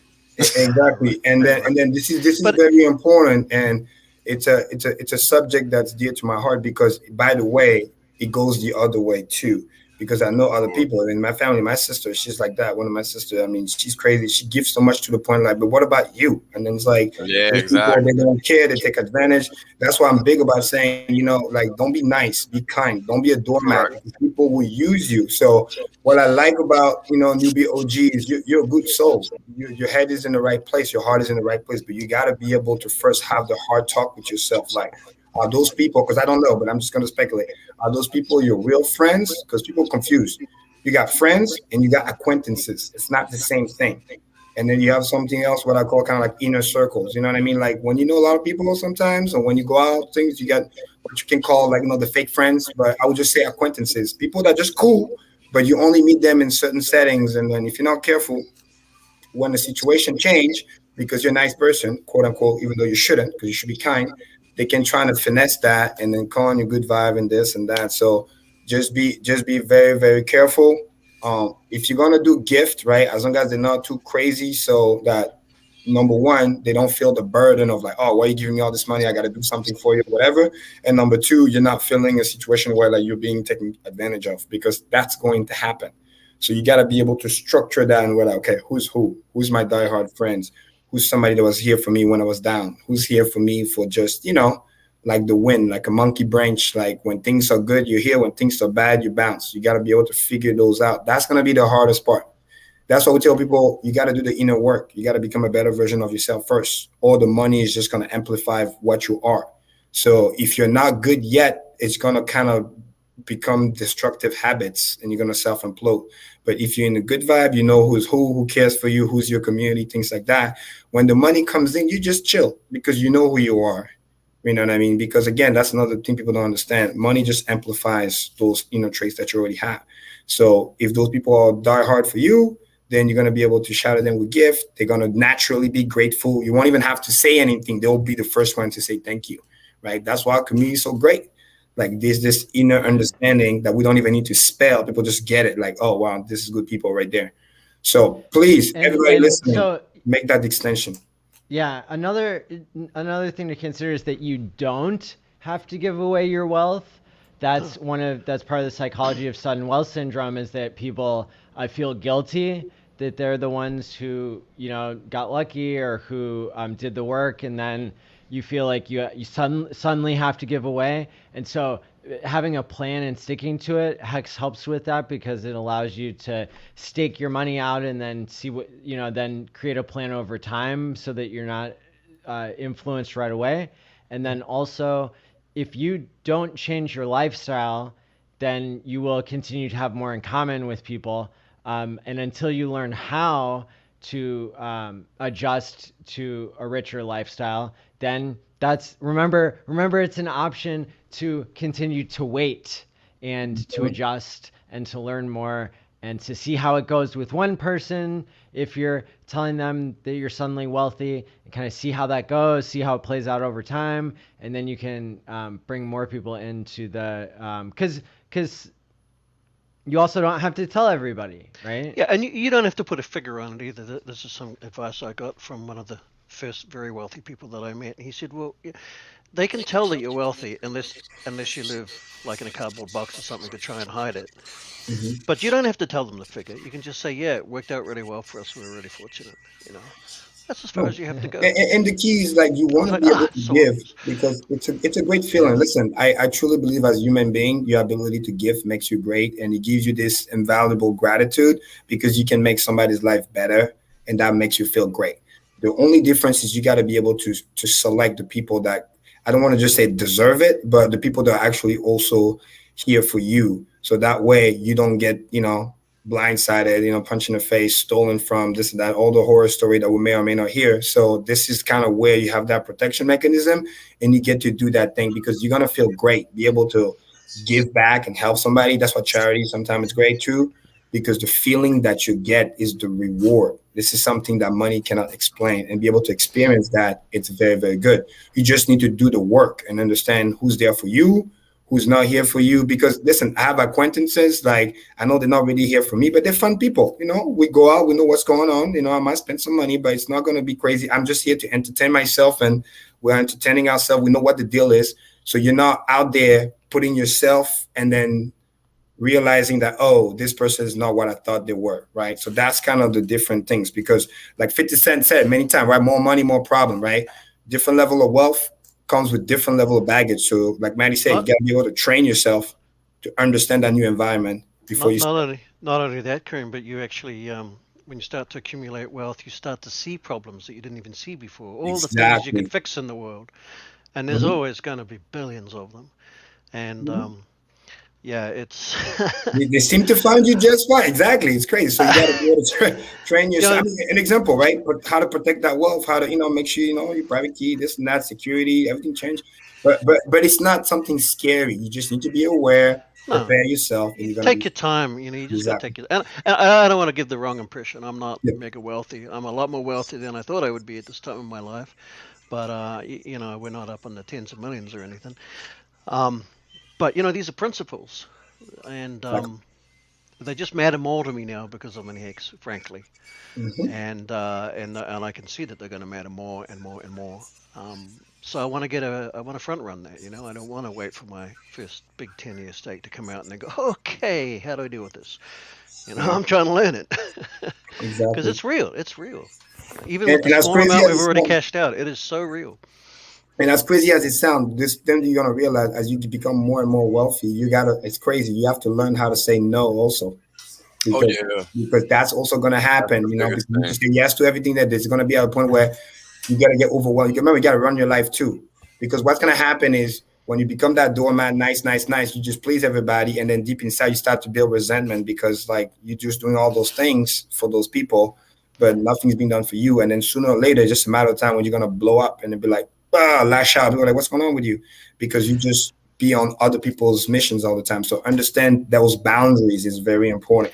And a nice way, another thing I learned from that same gentleman, a nice way of saying no is to say, that sounds like a really interesting idea you've got there or whatever, but let's see if we can figure out a better way to do that. Give it some thought. Come back to me. So you're not saying no, but exactly. You're saying, rather than just throw some cash at it, it sounds like a great idea. Well, let's see if we can refine that a bit. Give it some thought. Come back to me. And if they're serious, and it would have been a good investment, maybe they'll come back. Most people don't. Exactly. Like, and then once again, when you give, no strings attached, have the good vibes, get the good karma, and then move on. So, and the cool thing is you're going to be able to filter naturally, like who's here for you, who is not, because sometimes you're going to realize that as you grow, it's inevitable. Your circle of friends influence will also grow. It's a sad reality of life. There's going to be friends that you used to have that will no longer be your friends. But guess what? You'll get new friends too, because the friends that keeps growing with you are the people that want to grow, that want to, do that same personal development that you're on path to do. And like, we're moving in the right direction. But if you're trying to go right and somebody wants to go left or stay where they are because they don't want to self-improve or whatever, you know what I mean? You wish them the best, but irrespective of that, you may have to leave them behind and just move on. No hatred, no animosity, but those are the reality of life. Past me, before all of this, had no ability to understand what it's like to be me with all of this, and we could not have been friends, not because we didn't like each other. Actually, that's another story. Past me and me, right? But because we can't understand each other. And that's just reality. If you can't understand a person, the way they live, the choices they make, the things they believe, they can be the nicest person in the world. You can be the nicest person in the world, but what kind of relationship you're going to have with them, And that's the same with past us and current us and future us. And that's just it's reality. So don't hate people that don't understand the new you. Absolutely. And expect that to happen. Yeah, build that empathy and be able to understand one another at least. Like a perfect example, I've had friends that when I was younger, they were in my inner circle, close friends. Then they became just friends, and then they become just acquaintances. The respect is still there, but we have just different view because I wanted to grow when he wanted to stay where he is. I'm not here to judge him. He's living his best life, whatever he thinks is correct. I want to grow. I want to get to places. Some people are just content where they are. And I had to learn. It was painful at first, but I had to learn to respect that. But I was like, you can't be in my inner circle because what I'm talking about, you're not into. And if I try to force you to get into that, that can become a clash. So I have to separate you from that. So I can't get advice from you from that. And then, then you became just a friend, which is fine. But then due to proximity, due to business, right? People that you end up gravitating, I'm no longer in the country that I used to be. So naturally, you just become an acquaintances. And next thing you know, I only see you on Facebook or, So it's just some of those natural things that happens. The respect is still there, but it just becomes different. Another example is like, I love my mom to death, but I won't ask her investment advice or things like that because that's just not what she's, good at, right? But she's a loving mom, and I love her to death. That doesn't change anything. So as long as you understand that, you're putting her on the spot if you do ask her, right? Like if someone doesn't understand, because she feels obligated to give you good advice, but she doesn't know how. But she's not going to just say, "No, I ain't telling you nothing, son." She's going to give it her best shot. She's going to give it her best shot. Joke. If I told my mom how much I had, she would be like, "Cash this shit out." She won't even understand. But it's just a different generation. You know what I mean? I just laugh as I say, "Don't worry about it. Just know that everything's taken care of. If you want something, just call me. That's it." You just only know the mechanics. We may not be as wealthy as we think we are. We might end up with $300 million in our bank account in cash, and we go down to the store and we want to buy a little candy bar, and they say that'll be $305,000. Exactly, inflation. Just kidding. Because they're printing it, right? but it's a great. We're just trying to stay ahead. Yeah, no. Shout out to that. Who was that person that asked the question? That was a powerful question. It's thanks real. To Daniel Nelson, and thanks to Biffness for the super chats. Yeah. Biffness was saying if you're staked long, you're getting returns like trading irresponsibly with leverage, but without the inevitable losses. We're trading on God mode. Facts. Mexicans with cheat codes. Be safe in Vegas. Facts. Bitfinesse. I'm trading in God mode for 5,555 days. 3x leverage. And that's what I'm talking about. Yeah. And when Paul's chain comes in, I get 6x leverage. Yeah, that's exactly what I'm talking about every time. Try to liquidate me if you can. Yeah, like the yield alone is ridiculous. It's stupid. The yield alone pays you. The yield alone is all you need. Yeah, let's talk some quick math. Wait, this is my favorite stuff. Yeah, it's crazy. Look, let me just touch on the gifting stuff because it's pretty important. Yeah.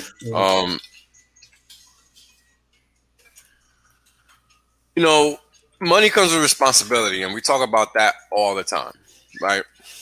Everybody wants to give when they got, But even with giving, right, there's consequences. And that's something that people have to take into consideration, right? And that's really the biggest thing that I think we don't take into consideration. Because, like, for example, there's plenty of times where you just give people money, give them money, and they just keep going through it. They don't think about it. It doesn't mean anything to them. It doesn't cost them any effort. They come back from and they're not doing anything wrong either. They're just going with the flow. Yeah, exactly. You know, it's not like they're being greedy. It's just like, oh, I need some money. I'll go where the money comes from. Yeah.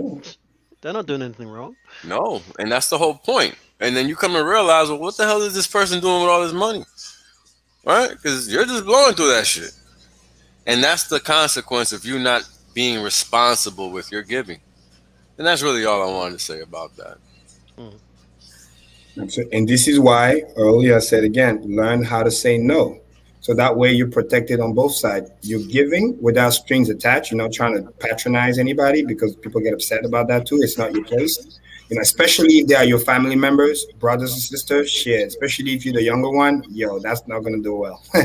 So just do the giving. But then, like Will says, as you just notice, if people just keep coming back and not learning, not be like, hey, this is what I did with the money without me telling you to do anything, but you did something great with the money, then I'm like, oh, you think I can invest it? Let me add some more.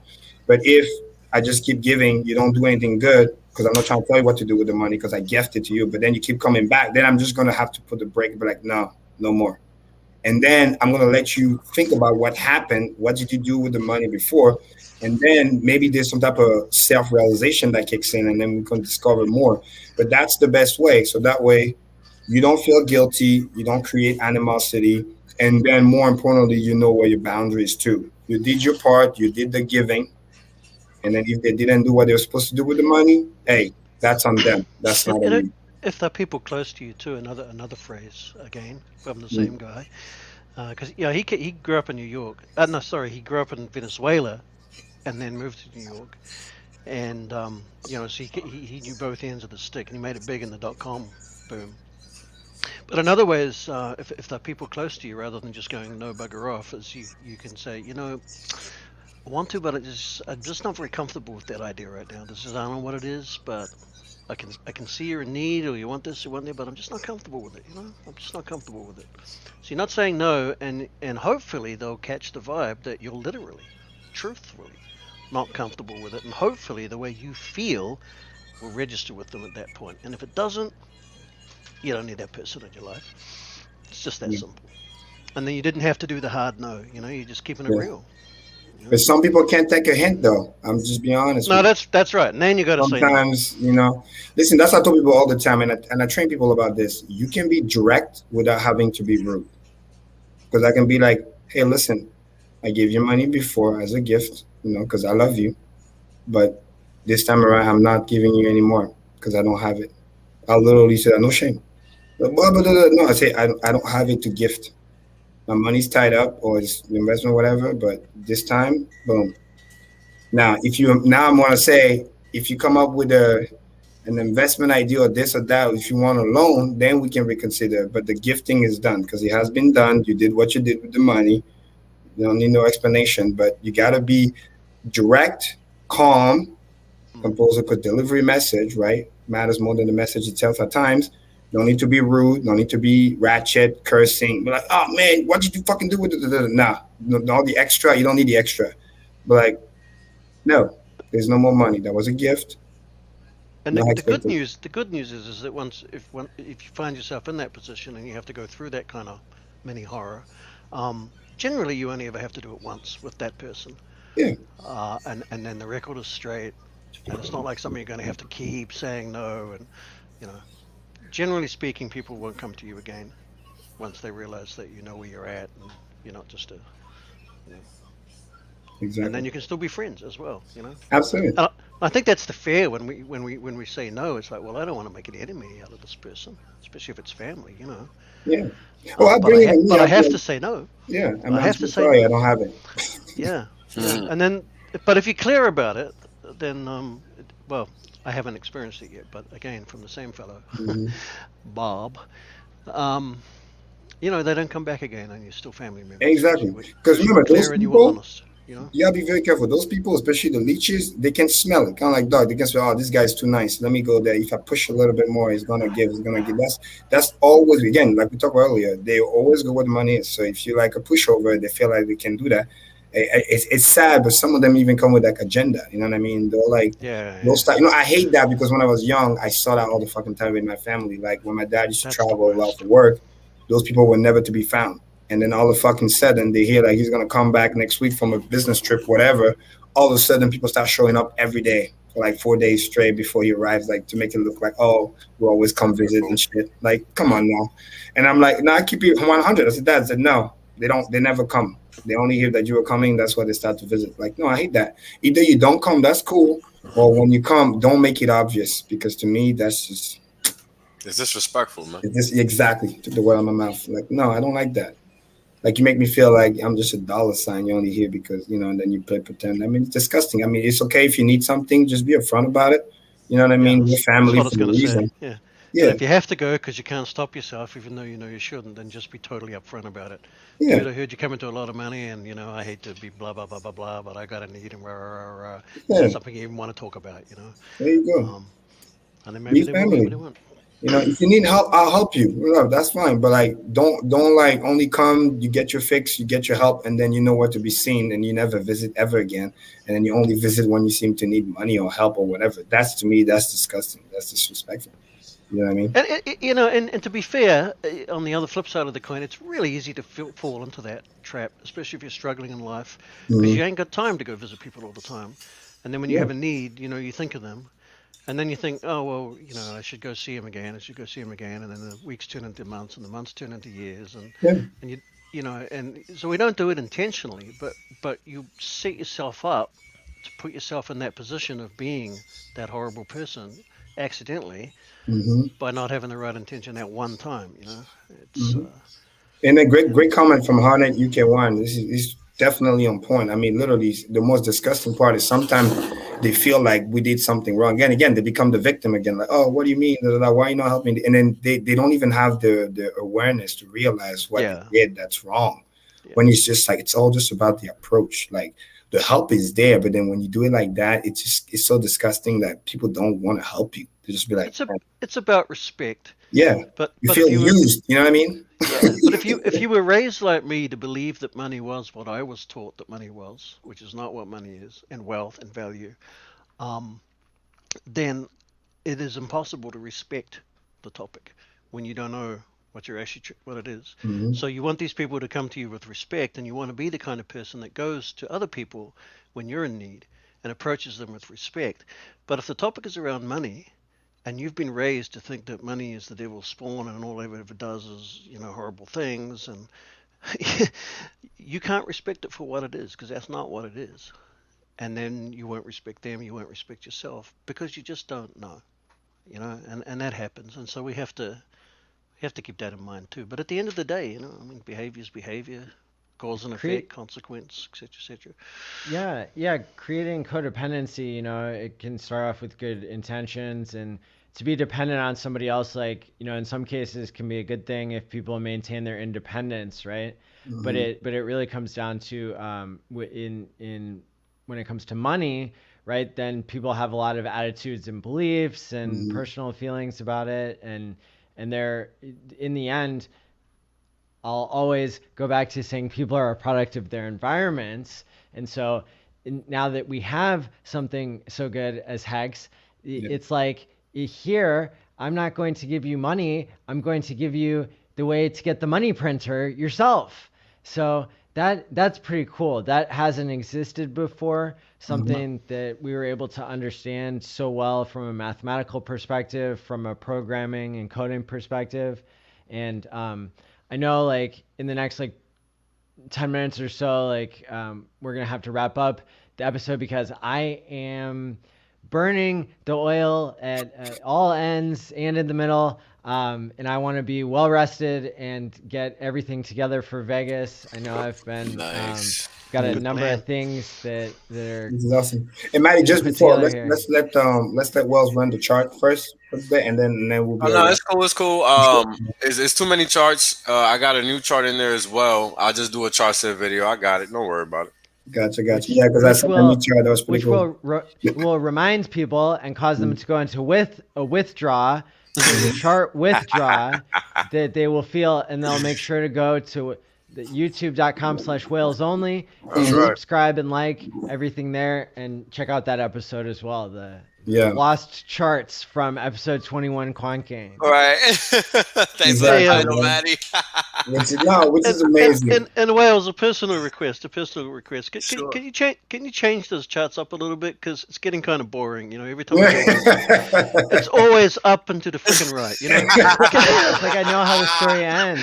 It's like, man, it's the same thing all over again. Don't change it. Exactly. No, flip them upside down and don't tell us to go, oh, I'm sorry, it's upside down, damn it. Oh, man, that's too funny. It does get boring, doesn't it? Boring is good, unfortunately. Doesn't make you money. And I think one last There's always a gem in there, though. Always a gem in there. Yeah. To conclude, what I always like to say, because today was a great topic, especially towards the end, is, Hexagon, number one, yours truly loves you dearly. Understand that. We're just getting started. We're at the right place at the right time. There's going to be a lot of challenges, right? Money comes with different kind of baggage, but if we keep our heart in the right place, if we keep focusing on becoming the better version of ourselves, staying humble, not thinking that the glass is full, right?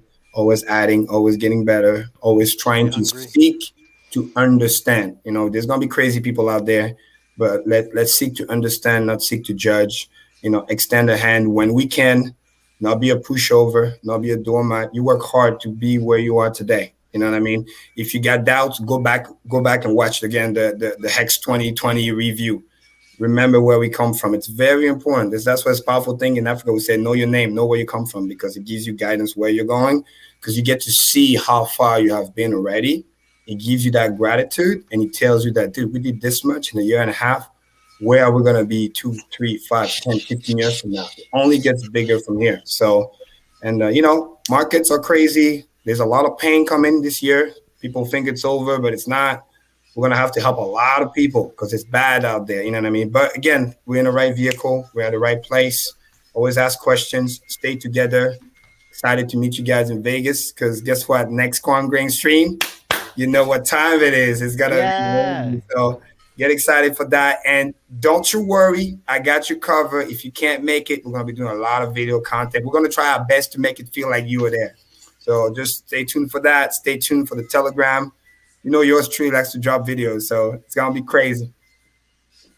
So that's all I got for today. And thanks for being here, as always. Let me share the screen here. I want to show what episodes we already have scheduled so people can go and like them. But we've got, that's Hex Therapy this week, Pulse Therapy. And then this is when we're going to be in person, IRL in real life. Wait, well, I didn't know you could send likes to the crazy. Yeah. We're sending likes to the future? When did this thing? Yep. Future like. Man. Like Hexagons are all about being in the future. We're in the future, man. Well, I'm all over that. I'm going to like right now, man. Yes. I didn't even know I could do that. Pump the likes. Thanks for fixing crypto. Love it. Hey, man. So, and we're not wolves, right? We're not wolves in this thing. We're just lambs. That's right. That's right. Yeah. We'll see what the price of Hex is, next week. Exactly. We know where it's going to be. Amen. Thank you all again being in the chat. Great comments. You guys are funny. You saw that, Joe? Yeah. Hey, listen. Guys, it's important. Listen, I've been doing this since I was 15 years old. You got to self-talk yourself. This is very important. Like, literally, funny joke, right? I used to do this when I used to go door to door, right? To sell my product, whether it was a cable or even alarm services or even solar. I was like, come on, Karim, you got this. You know what I mean?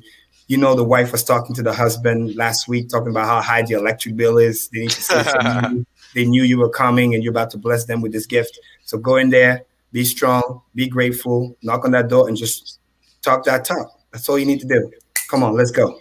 And I go and I knock on the door, literally, like, because I self-taught myself, right? I'm literally living in the future. Like, it's a done deal. That's a sale. I mean, they're boom, boom, boom. And I literally talk to them. Hey, I'm Karim, blah, blah, blah. And I just flow. And I kid you not, more often than not, I say that, and then it's like, yeah, we were thinking about it. It's like a quantum thing. They literally like, yeah, the bill is high actually lately. Like, you know what's the name of this company? What's the next thing you know, boom. So self-taught is very, very powerful because you need to be able to imagine and visualize. But again, that's why they call me the dream, right? Because I've always believed in myself and I've always believed in the possibility, especially in the beginning. If you're at a low point in your life, it's okay. Just believe in the possibility that you can do and be better. Step by step, you get ahead. Not necessarily in fast spurts, but understand that by moving step by step, every day getting better version of yourself, you will get to your goal. And you will start to accelerate once you catch momentum. You used to move one step, then you start moving 2 steps, then 3 steps, then 5 steps at a time. And the next thing you know, you're like a machine and nobody can stop you. So never lose hope, never lose faith. And again, community is here for you. I'm here for you, no matter what. Just come correct and do the work. I'm not doing the work for you, but I'm here for you. That's it. Keep it real. So hold on to those T-shares. Russ next. Get ready for a wild ride. Russ, just so you know, Karim in Arabic means the generous. So it's a powerful name. So yeah, put it in there. Thank you. Thank you to Future Me for joining us today and for everything that you contribute to the community. Thank you very much. Amen. Thank you. And thank you to Maddie, just on a personal note. I meant to say this before, but about 4 weeks ago, I was a bit of a mental wreck, quite frankly. And I reached out to Maddie for something completely different. One of the things that was making me a mental wreck. And he's helped me so much. Thank you, Maddie. Amen. My pleasure. Thank you as well. Thank you. Trust less. I got you. Don't worry. Take care, everybody. Press that button.